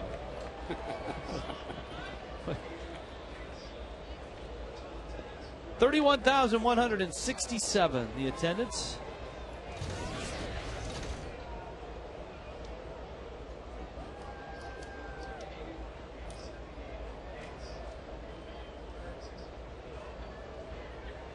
Angel Pagan is up. And Christian Martinez misses inside. For Christian Martinez, this is inning number 3 in relief. He gave up an Anderson Hernandez homer. And that's it. Yeah, aside from that, he's retired 7 in a row. 8. Mike Morse has homered. And Washington has regained the lead against Atlanta. 3-2. South Florida product, Mike Morse. See, it's 3-2 in the 5th. Did a big home run the other night for the Nationals. Off Hansen, actually. A 3-run homer off Tommy Hansen. Marlins in this series have drawn over 105,000 people. 105,864.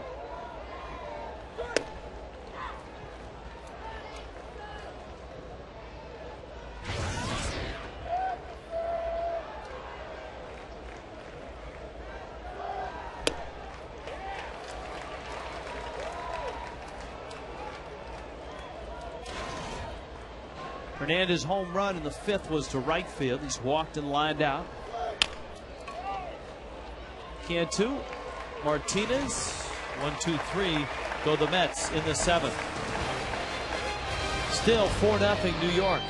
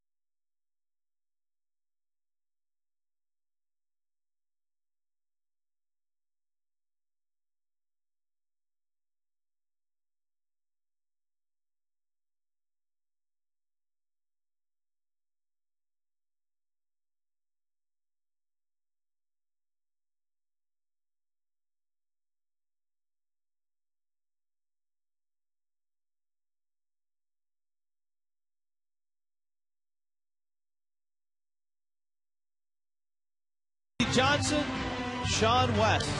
Randy Johnson, Sean West's hero growing up, and he faced him here in South Florida in early June, and he beat the big unit. Boy, that was certainly a highlight for the young left-hander this year. Been a nice year for Sean West, a tremendous learning experience. He's thrown more innings than he ever has as a professional, so you just look for that to see improvement next year.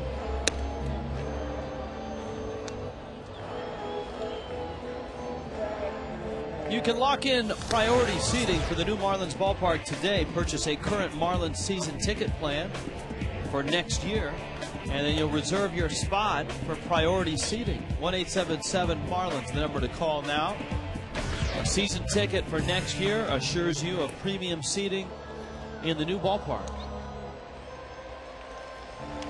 And of course, a look at the new ballpark.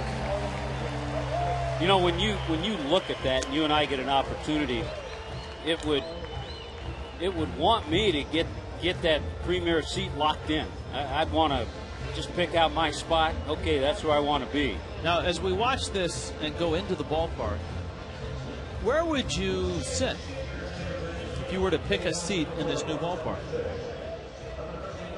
Those are the seats out in right field. I like that porch in right, so those outfield seats are going to be a heck of a lot closer than the ones in this old football stadium. That's a fun seat. I think certainly the pool area, I think obviously you have to consider price, depending on where your price range is.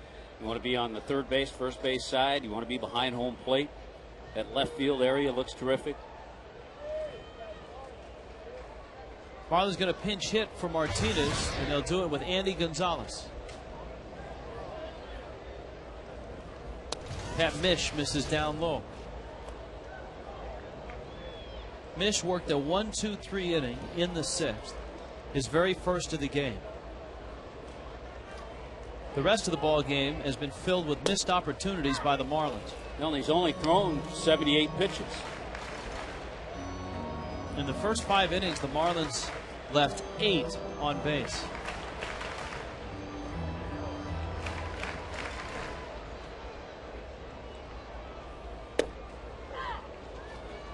This is a tough assignment for Gonzalez, who's not had a lot of at-bats, especially in the last 3 weeks. Oh, it's been a while. Yeah, this is just, you know, you hope maybe a mistake. You see a pitch. Yeah, you can't expect a whole lot in this situation. Totally out to talk to Mish. Mets bullpen has been rather quiet, as Tommy pointed out. His pitch count still under 80. That's 79. 8 hits for the Fish, but none of them big ones. None of them to knock in a run.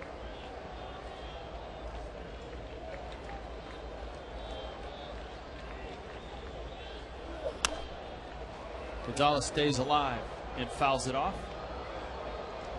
I was seeing last night, I was looking at some of the box scores with the Yankees beating the Red Sox. CC Sabathia became the first 19-game winner in the American League. Talked about Adam Wainwright winning 19 for the Cardinals. Mariano Rivera, his 43rd save. Struck him out. Up and in. Down goes Gonzalez. Up comes Coghlan. And here comes our Geico quote. We're hanging around. That's all we need to do. Keep hanging around. Funnier things have happened. That's after the win last night. After this ball game, 6 games left. The Marlins 4 back in the wild card behind Colorado. But in deep here, down 4-0. Coghlan turns on one, drives it to right. Back goes Francoeur to the wall, reaches, and he makes the catch. Oh, my. He robs Coghlan of a home run. Oh, my.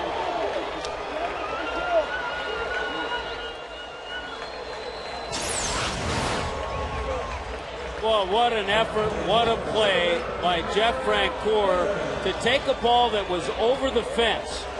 He looks, he leaps, and he robs Chris Coghlan of his 10th home run and his 3rd base hit of this game. Wow. That's why Francoeur is a good fit. He gives a little energy and a little different personality to this Mets team.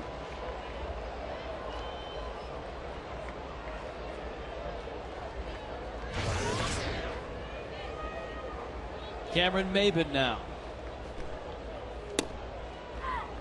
But I got to thinking, mentioning Mariano Rivera, what a difference a guy like him would be to so many other teams if they had that sure thing Then I got looking at his postseason numbers as the Yankees get ready for postseason. Mariano Rivera is 8-1 with an .077 ERA and 34 postseason saves.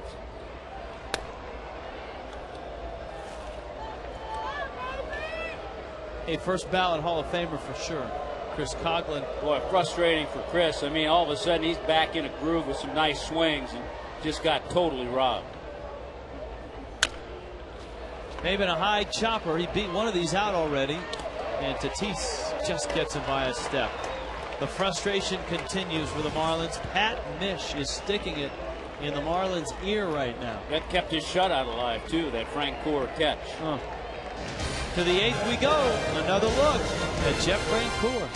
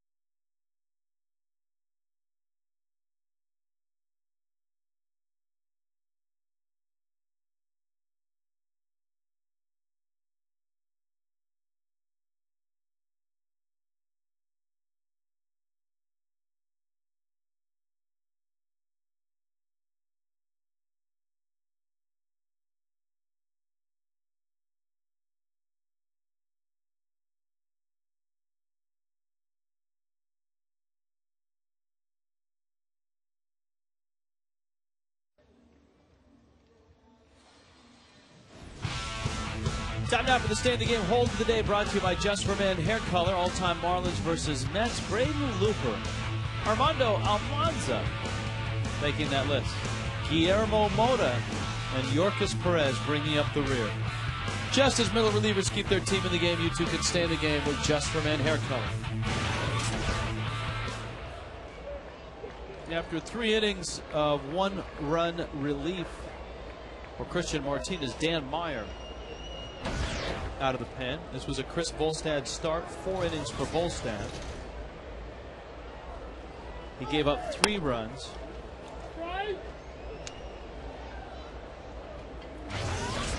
Daniel Murphy 0 for 3. And then the hero of the day is coming up, Jeff Francoeur, both at the plate and in the field. I mean, you think about it, if Francoeur misses the bus to the ballpark, it's a 1-run game because he doesn't hit a 2-run homer and he doesn't steal the Coughlin home run ball. We'll have to have a talk with him.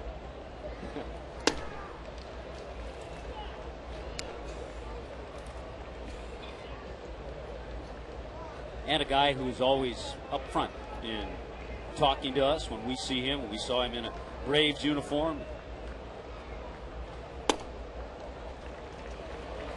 Meyer walks Daniel Murphy.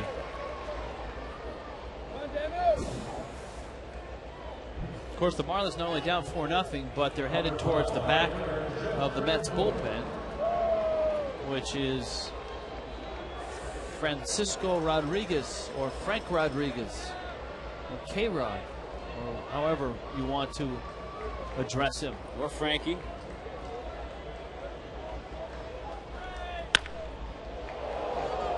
There's that cutter in on the hands of Francoeur, and he sailed it over the head of Razor Shines, the third base coach of the Mets.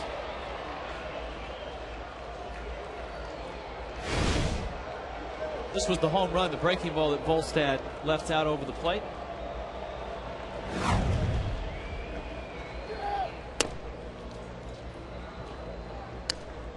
And Meyer having his difficulty right now. It's 1-1 to Francoeur. All in all, I think a decent year for Dan Meyer.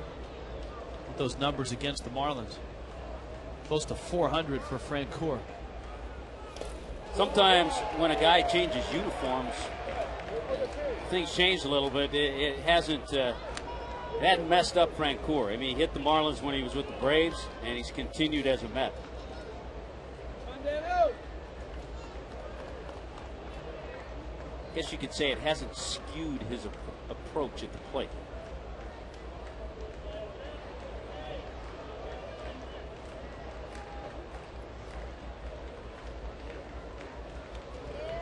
Well, his approach at the plate is always been see it and hit it.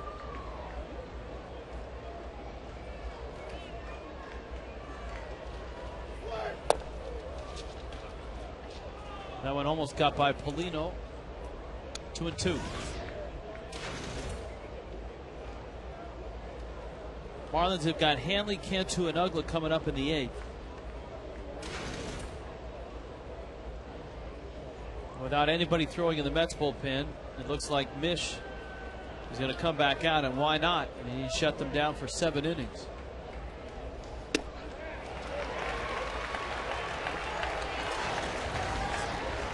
Now goes Francoeur. Kind of the way things this year for Dan Meyer, a little more success against righties. I mean, he walked the left-handed bat of Daniel Murphy and then struck out the righty, Jeff Francoeur. I'm just looking at the scheduling. How about the scheduling for the Mets this year? They go on to Washington from here, and then they go home for the final 3 games of the season against the Houston Astros. Of course, then again, I looked at the Marlins schedule for next year, and the Marlins finish at home a 4-game series against the Pittsburgh Pirates.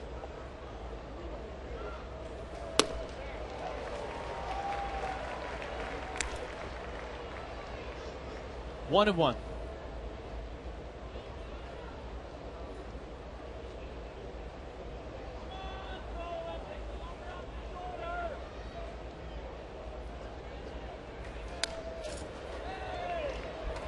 Sullivan fouls that back to the screen. I'm sure the Rockies are cursing under their breath when they look at the Braves finishing kick. 7 of the last 10 against Washington. But the Rockies have played plenty of games against Arizona and early games against the Padres when they were struggling. Sullivan goes down. Meyer gets a couple of punch outs. Washington still holding on to their lead against the Braves.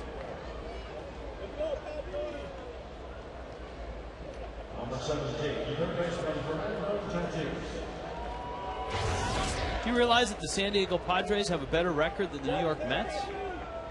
They're 72-84. They give Bud Black a lot of credit. He's gotten that team to play hard down the stretch the last month or so. They have more wins than the Mets, the Nationals, the Astros, the Pirates, and Arizona. Heck, you can even go in the American League. They have more wins than Cleveland and Kansas City. They have more wins than Toronto and Baltimore. Boy, that's amazing. Toronto got off to a decent start. A lot of people thought they'd be a factor in that American League East. And the Padres with the injuries to Young and Peavy.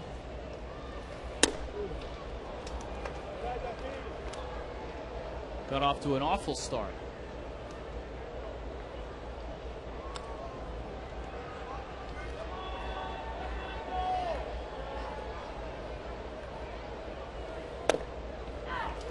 Tatis takes a strike. Tatis 1 for 3 in the ball game.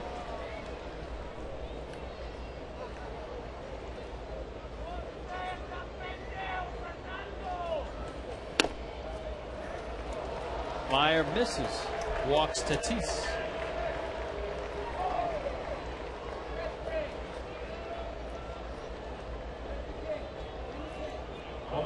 Now comes Tolley. Well, they'll go after the young catcher making his 13th start, Josh Tolley.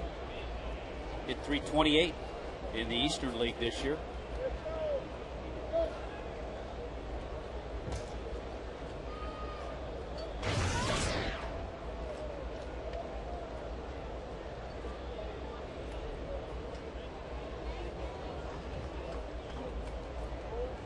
He had a sacrifice fly back in the second. Meyer opens with a strike.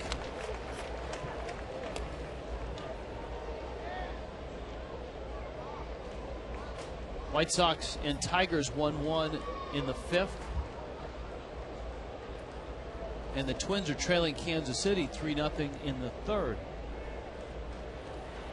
That's a 2-game lead in the Central of the American League.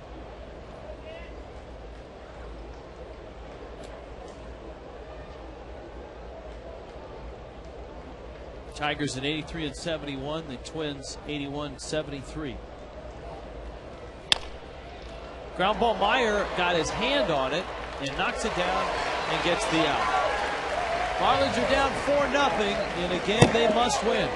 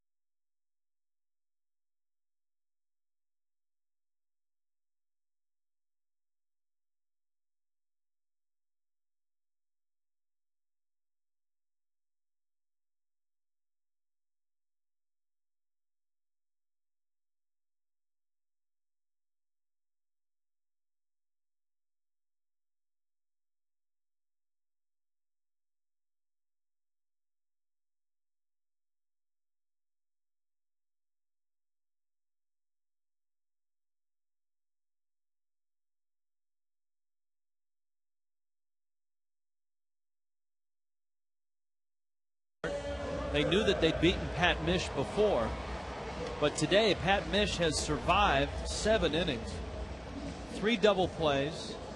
The Marlins have stranded runners throughout the ball game, but Mish has retired the last 7 he's faced.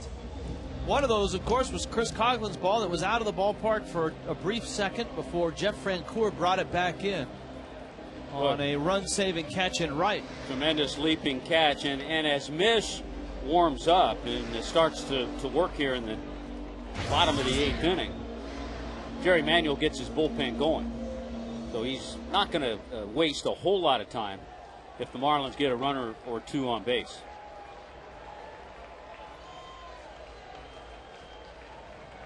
Hanley, Cantu, Ugla against Mish. Hanley's 1 for 3 against him. Cantu is 1 for 2. Ugla's 0 for 3. And all 3 of Ugla's at bats have come with 2 men on. Bobby Parnell is in the bullpen. And Hanley, by the way, his base hit in the 5th inning, number 196 this year. Falls up. So Hanley leads the league in that department as well.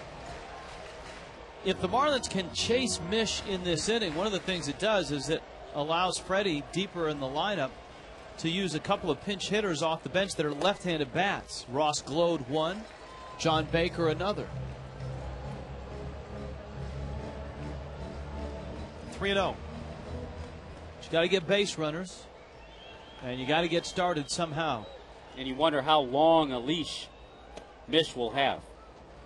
If Hanley reaches, you wonder if he's going to go to another hitter, or you wonder if Jerry Manuel will go to his bullpen. I think if Hanley gets on, he'll go to the bullpen.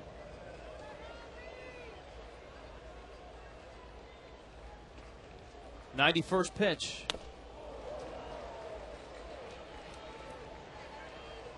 Three and two. Marlins bullpen is ready. Calero and Wood.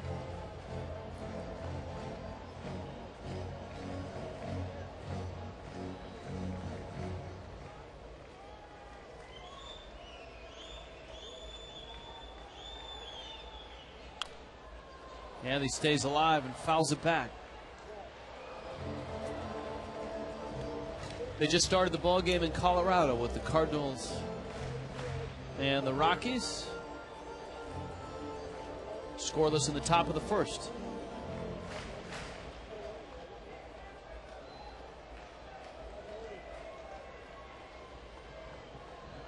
It's been Levon Hernandez out dueling Derek Lowe in Washington. 3-2 Nationals in the sixth. Hanley a ground ball at short. Valdez throws across in time. And Mish now has retired 8 in a row. Yeah, to Mish's credit, he's made pitches. He's gotten some defensive help, certainly, from Francoeur. He's got some double plays, 3 of them.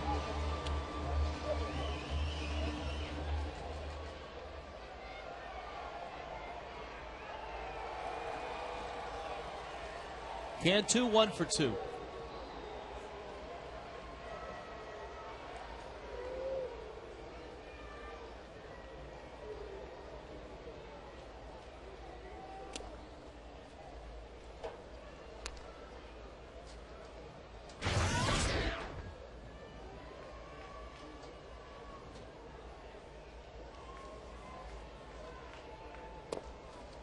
Blow it away, and it's 2-0.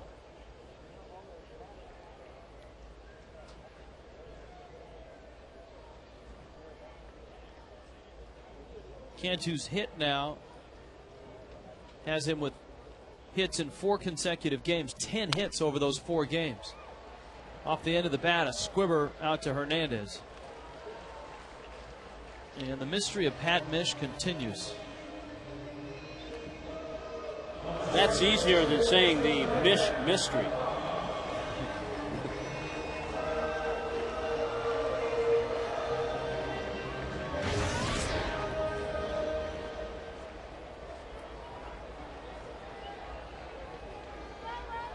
I'm sure one of the New York papers will have a.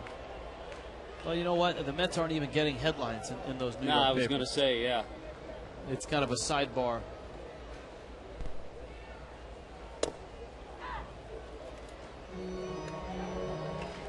Oh, 0-1 to Ugla.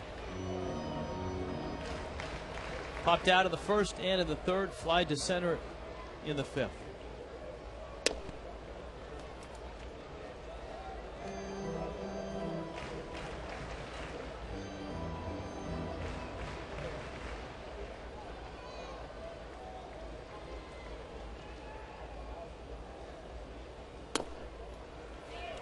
Two and one.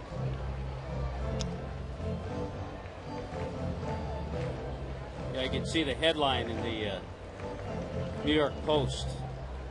Mets and Marlins, a Mish match. That's where I was going. That's where I was going. I think Craig would like that.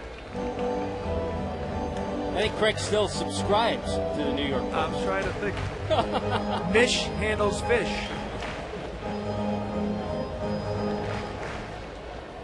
Three and one. That'd be the 250 response in match game.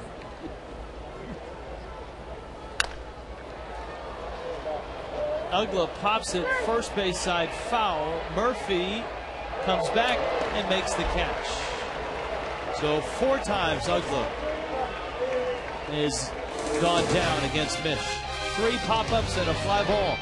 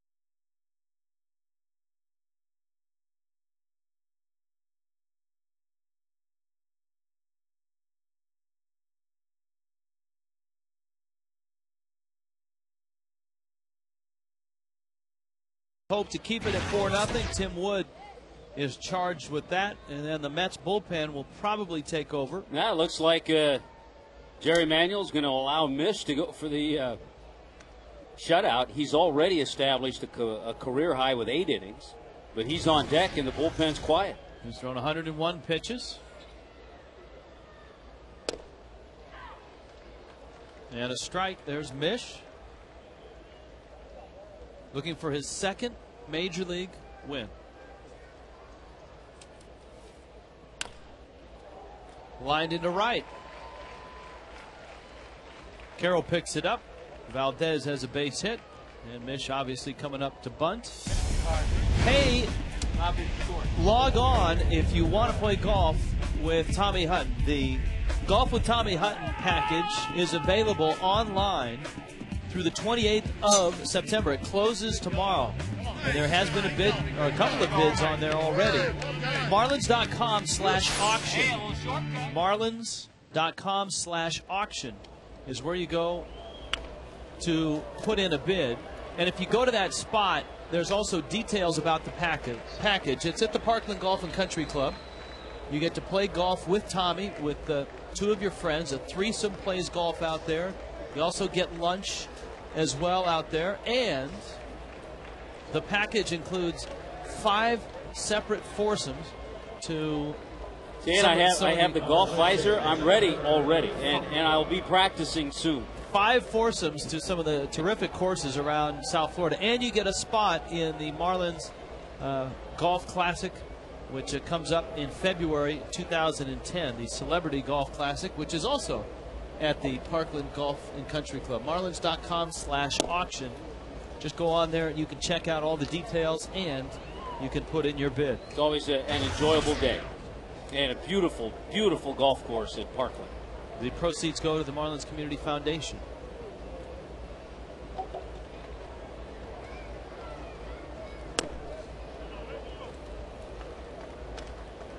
Wood misses outside. Angel Pagan is 0 for 4. On a day where the Marlins need to beat the Mets.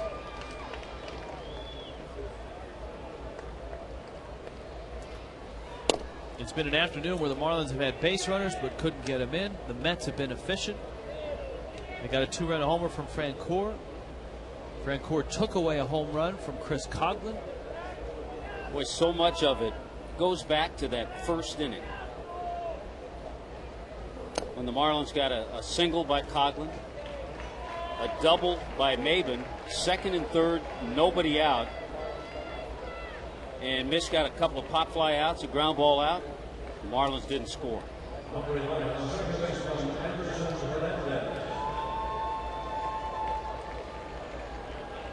Anderson Hernandez is 0 for 2.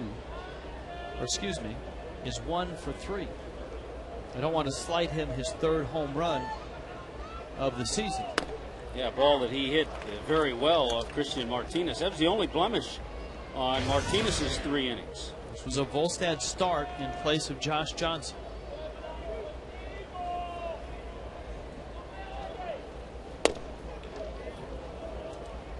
Johnson sent home with flu-like symptoms, and don't think that this was a ploy to get Johnson to start against the Braves. JJ sent home sick. Paulino can't come up with that one, and now there are runners at second and third and 1 out. And it's 2-1.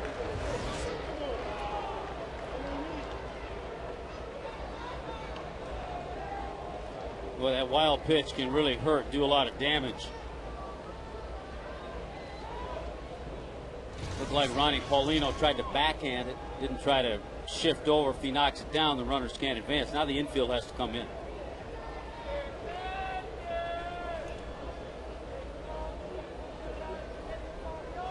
Wood against Hernandez. Good breaking ball, and it's 2-2.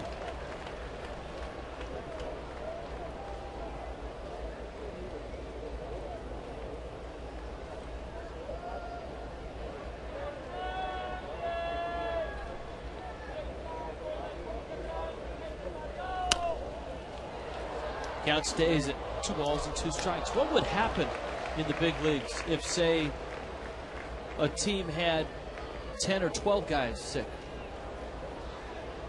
Boy, I don't know. That's a question for Larry Beinfester and Michael Hill. If there's a provision. Ground ball, and Ugla playing in freezes the runner Valdez at third. He gets the out at first.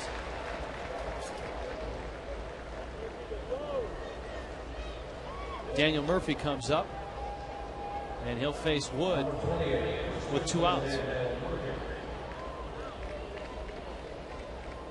Nationals a 3-2 lead.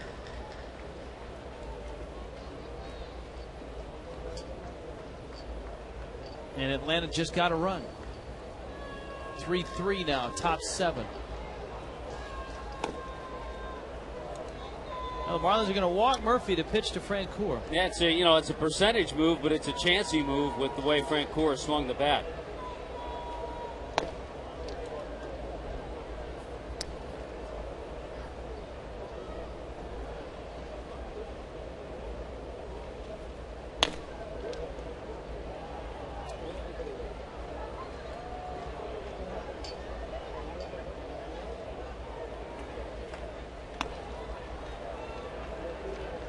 So Murphy's aboard. Here comes Francoeur.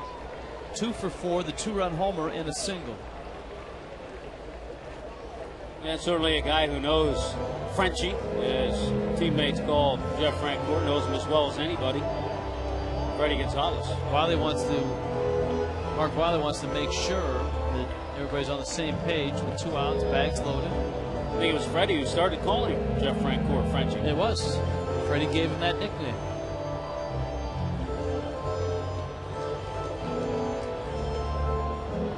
Going to have surgery on that left thumb when the season ends as ligament damage.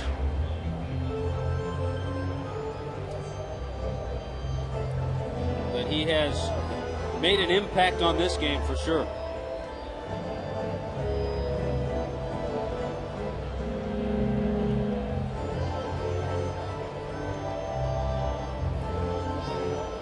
So it's Francoeur and it's Wood in a 4-0 game.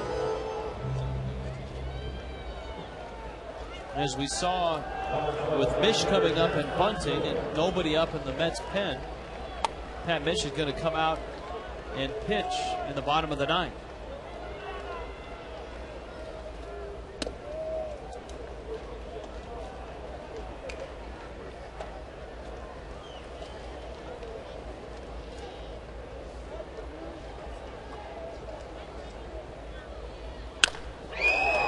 Drive to center, hit well. Maben goes back, has room, and he makes the catch 420 feet from home plate. Francoeur put a charge into it. Marlins are down to their last 3 outs.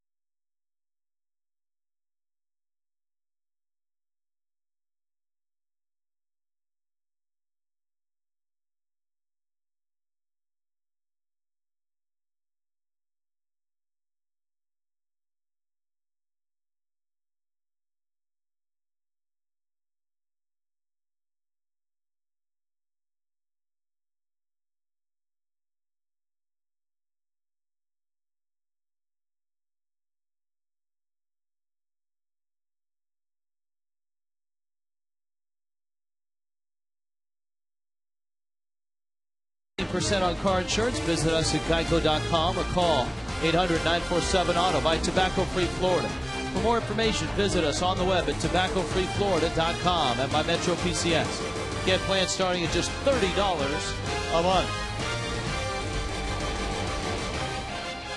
Pat Mish is trying to do something that no current Met has done. Even the Mets on the disabled list have not thrown a complete game this year. The Mets have one complete game all season long, and that guy started today for the Washington Nationals, Hernandez. Well, as we said, Mish has already surpassed his career high in innings pitched. Helms, Paulino, Carroll. Helms fouls it back. West is 1 for 2. A walk, a single, a strikeout. And he's at 103 pitches now. A lot of strikes. He's gotten ahead. A lot of off-balance swings in the Marlins today.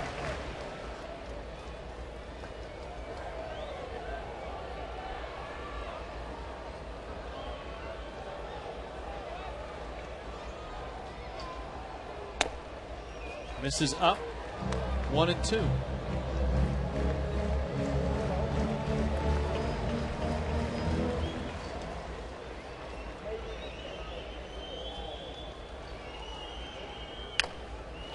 Helms rolls it to first, and the Marlins swings have diminished as the game has gone along. He's retired 11 in a row, and I think he's gone out there the last couple of innings in the back of his mind knowing that if a base runner got on, he'd be lifted.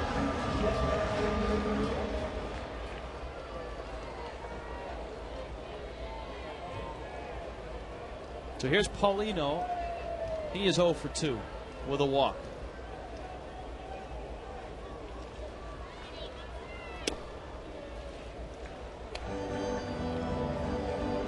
Colorado has scored first against St. Louis, 2-0 in the second. Rockies. A drive to right. Francoeur will catch it. Even if it's out of the ballpark, he'll catch it today. Yeah, he's caught everything in this one.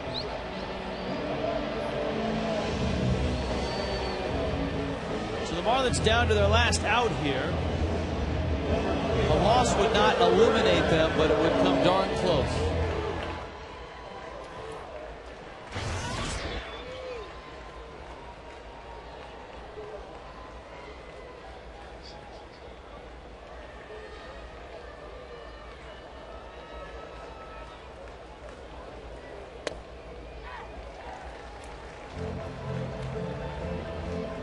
Oh and 1.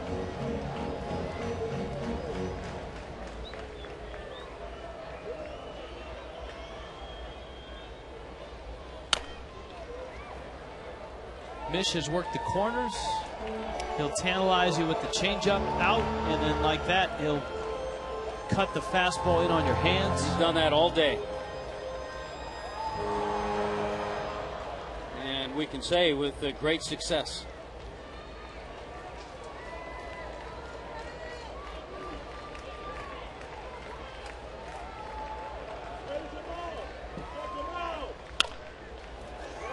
Ground ball cut off Tatis, and the Mets come to town and take 2 of 3 from the Marlins, putting a rather large dent in the Marlins' postseason hopes.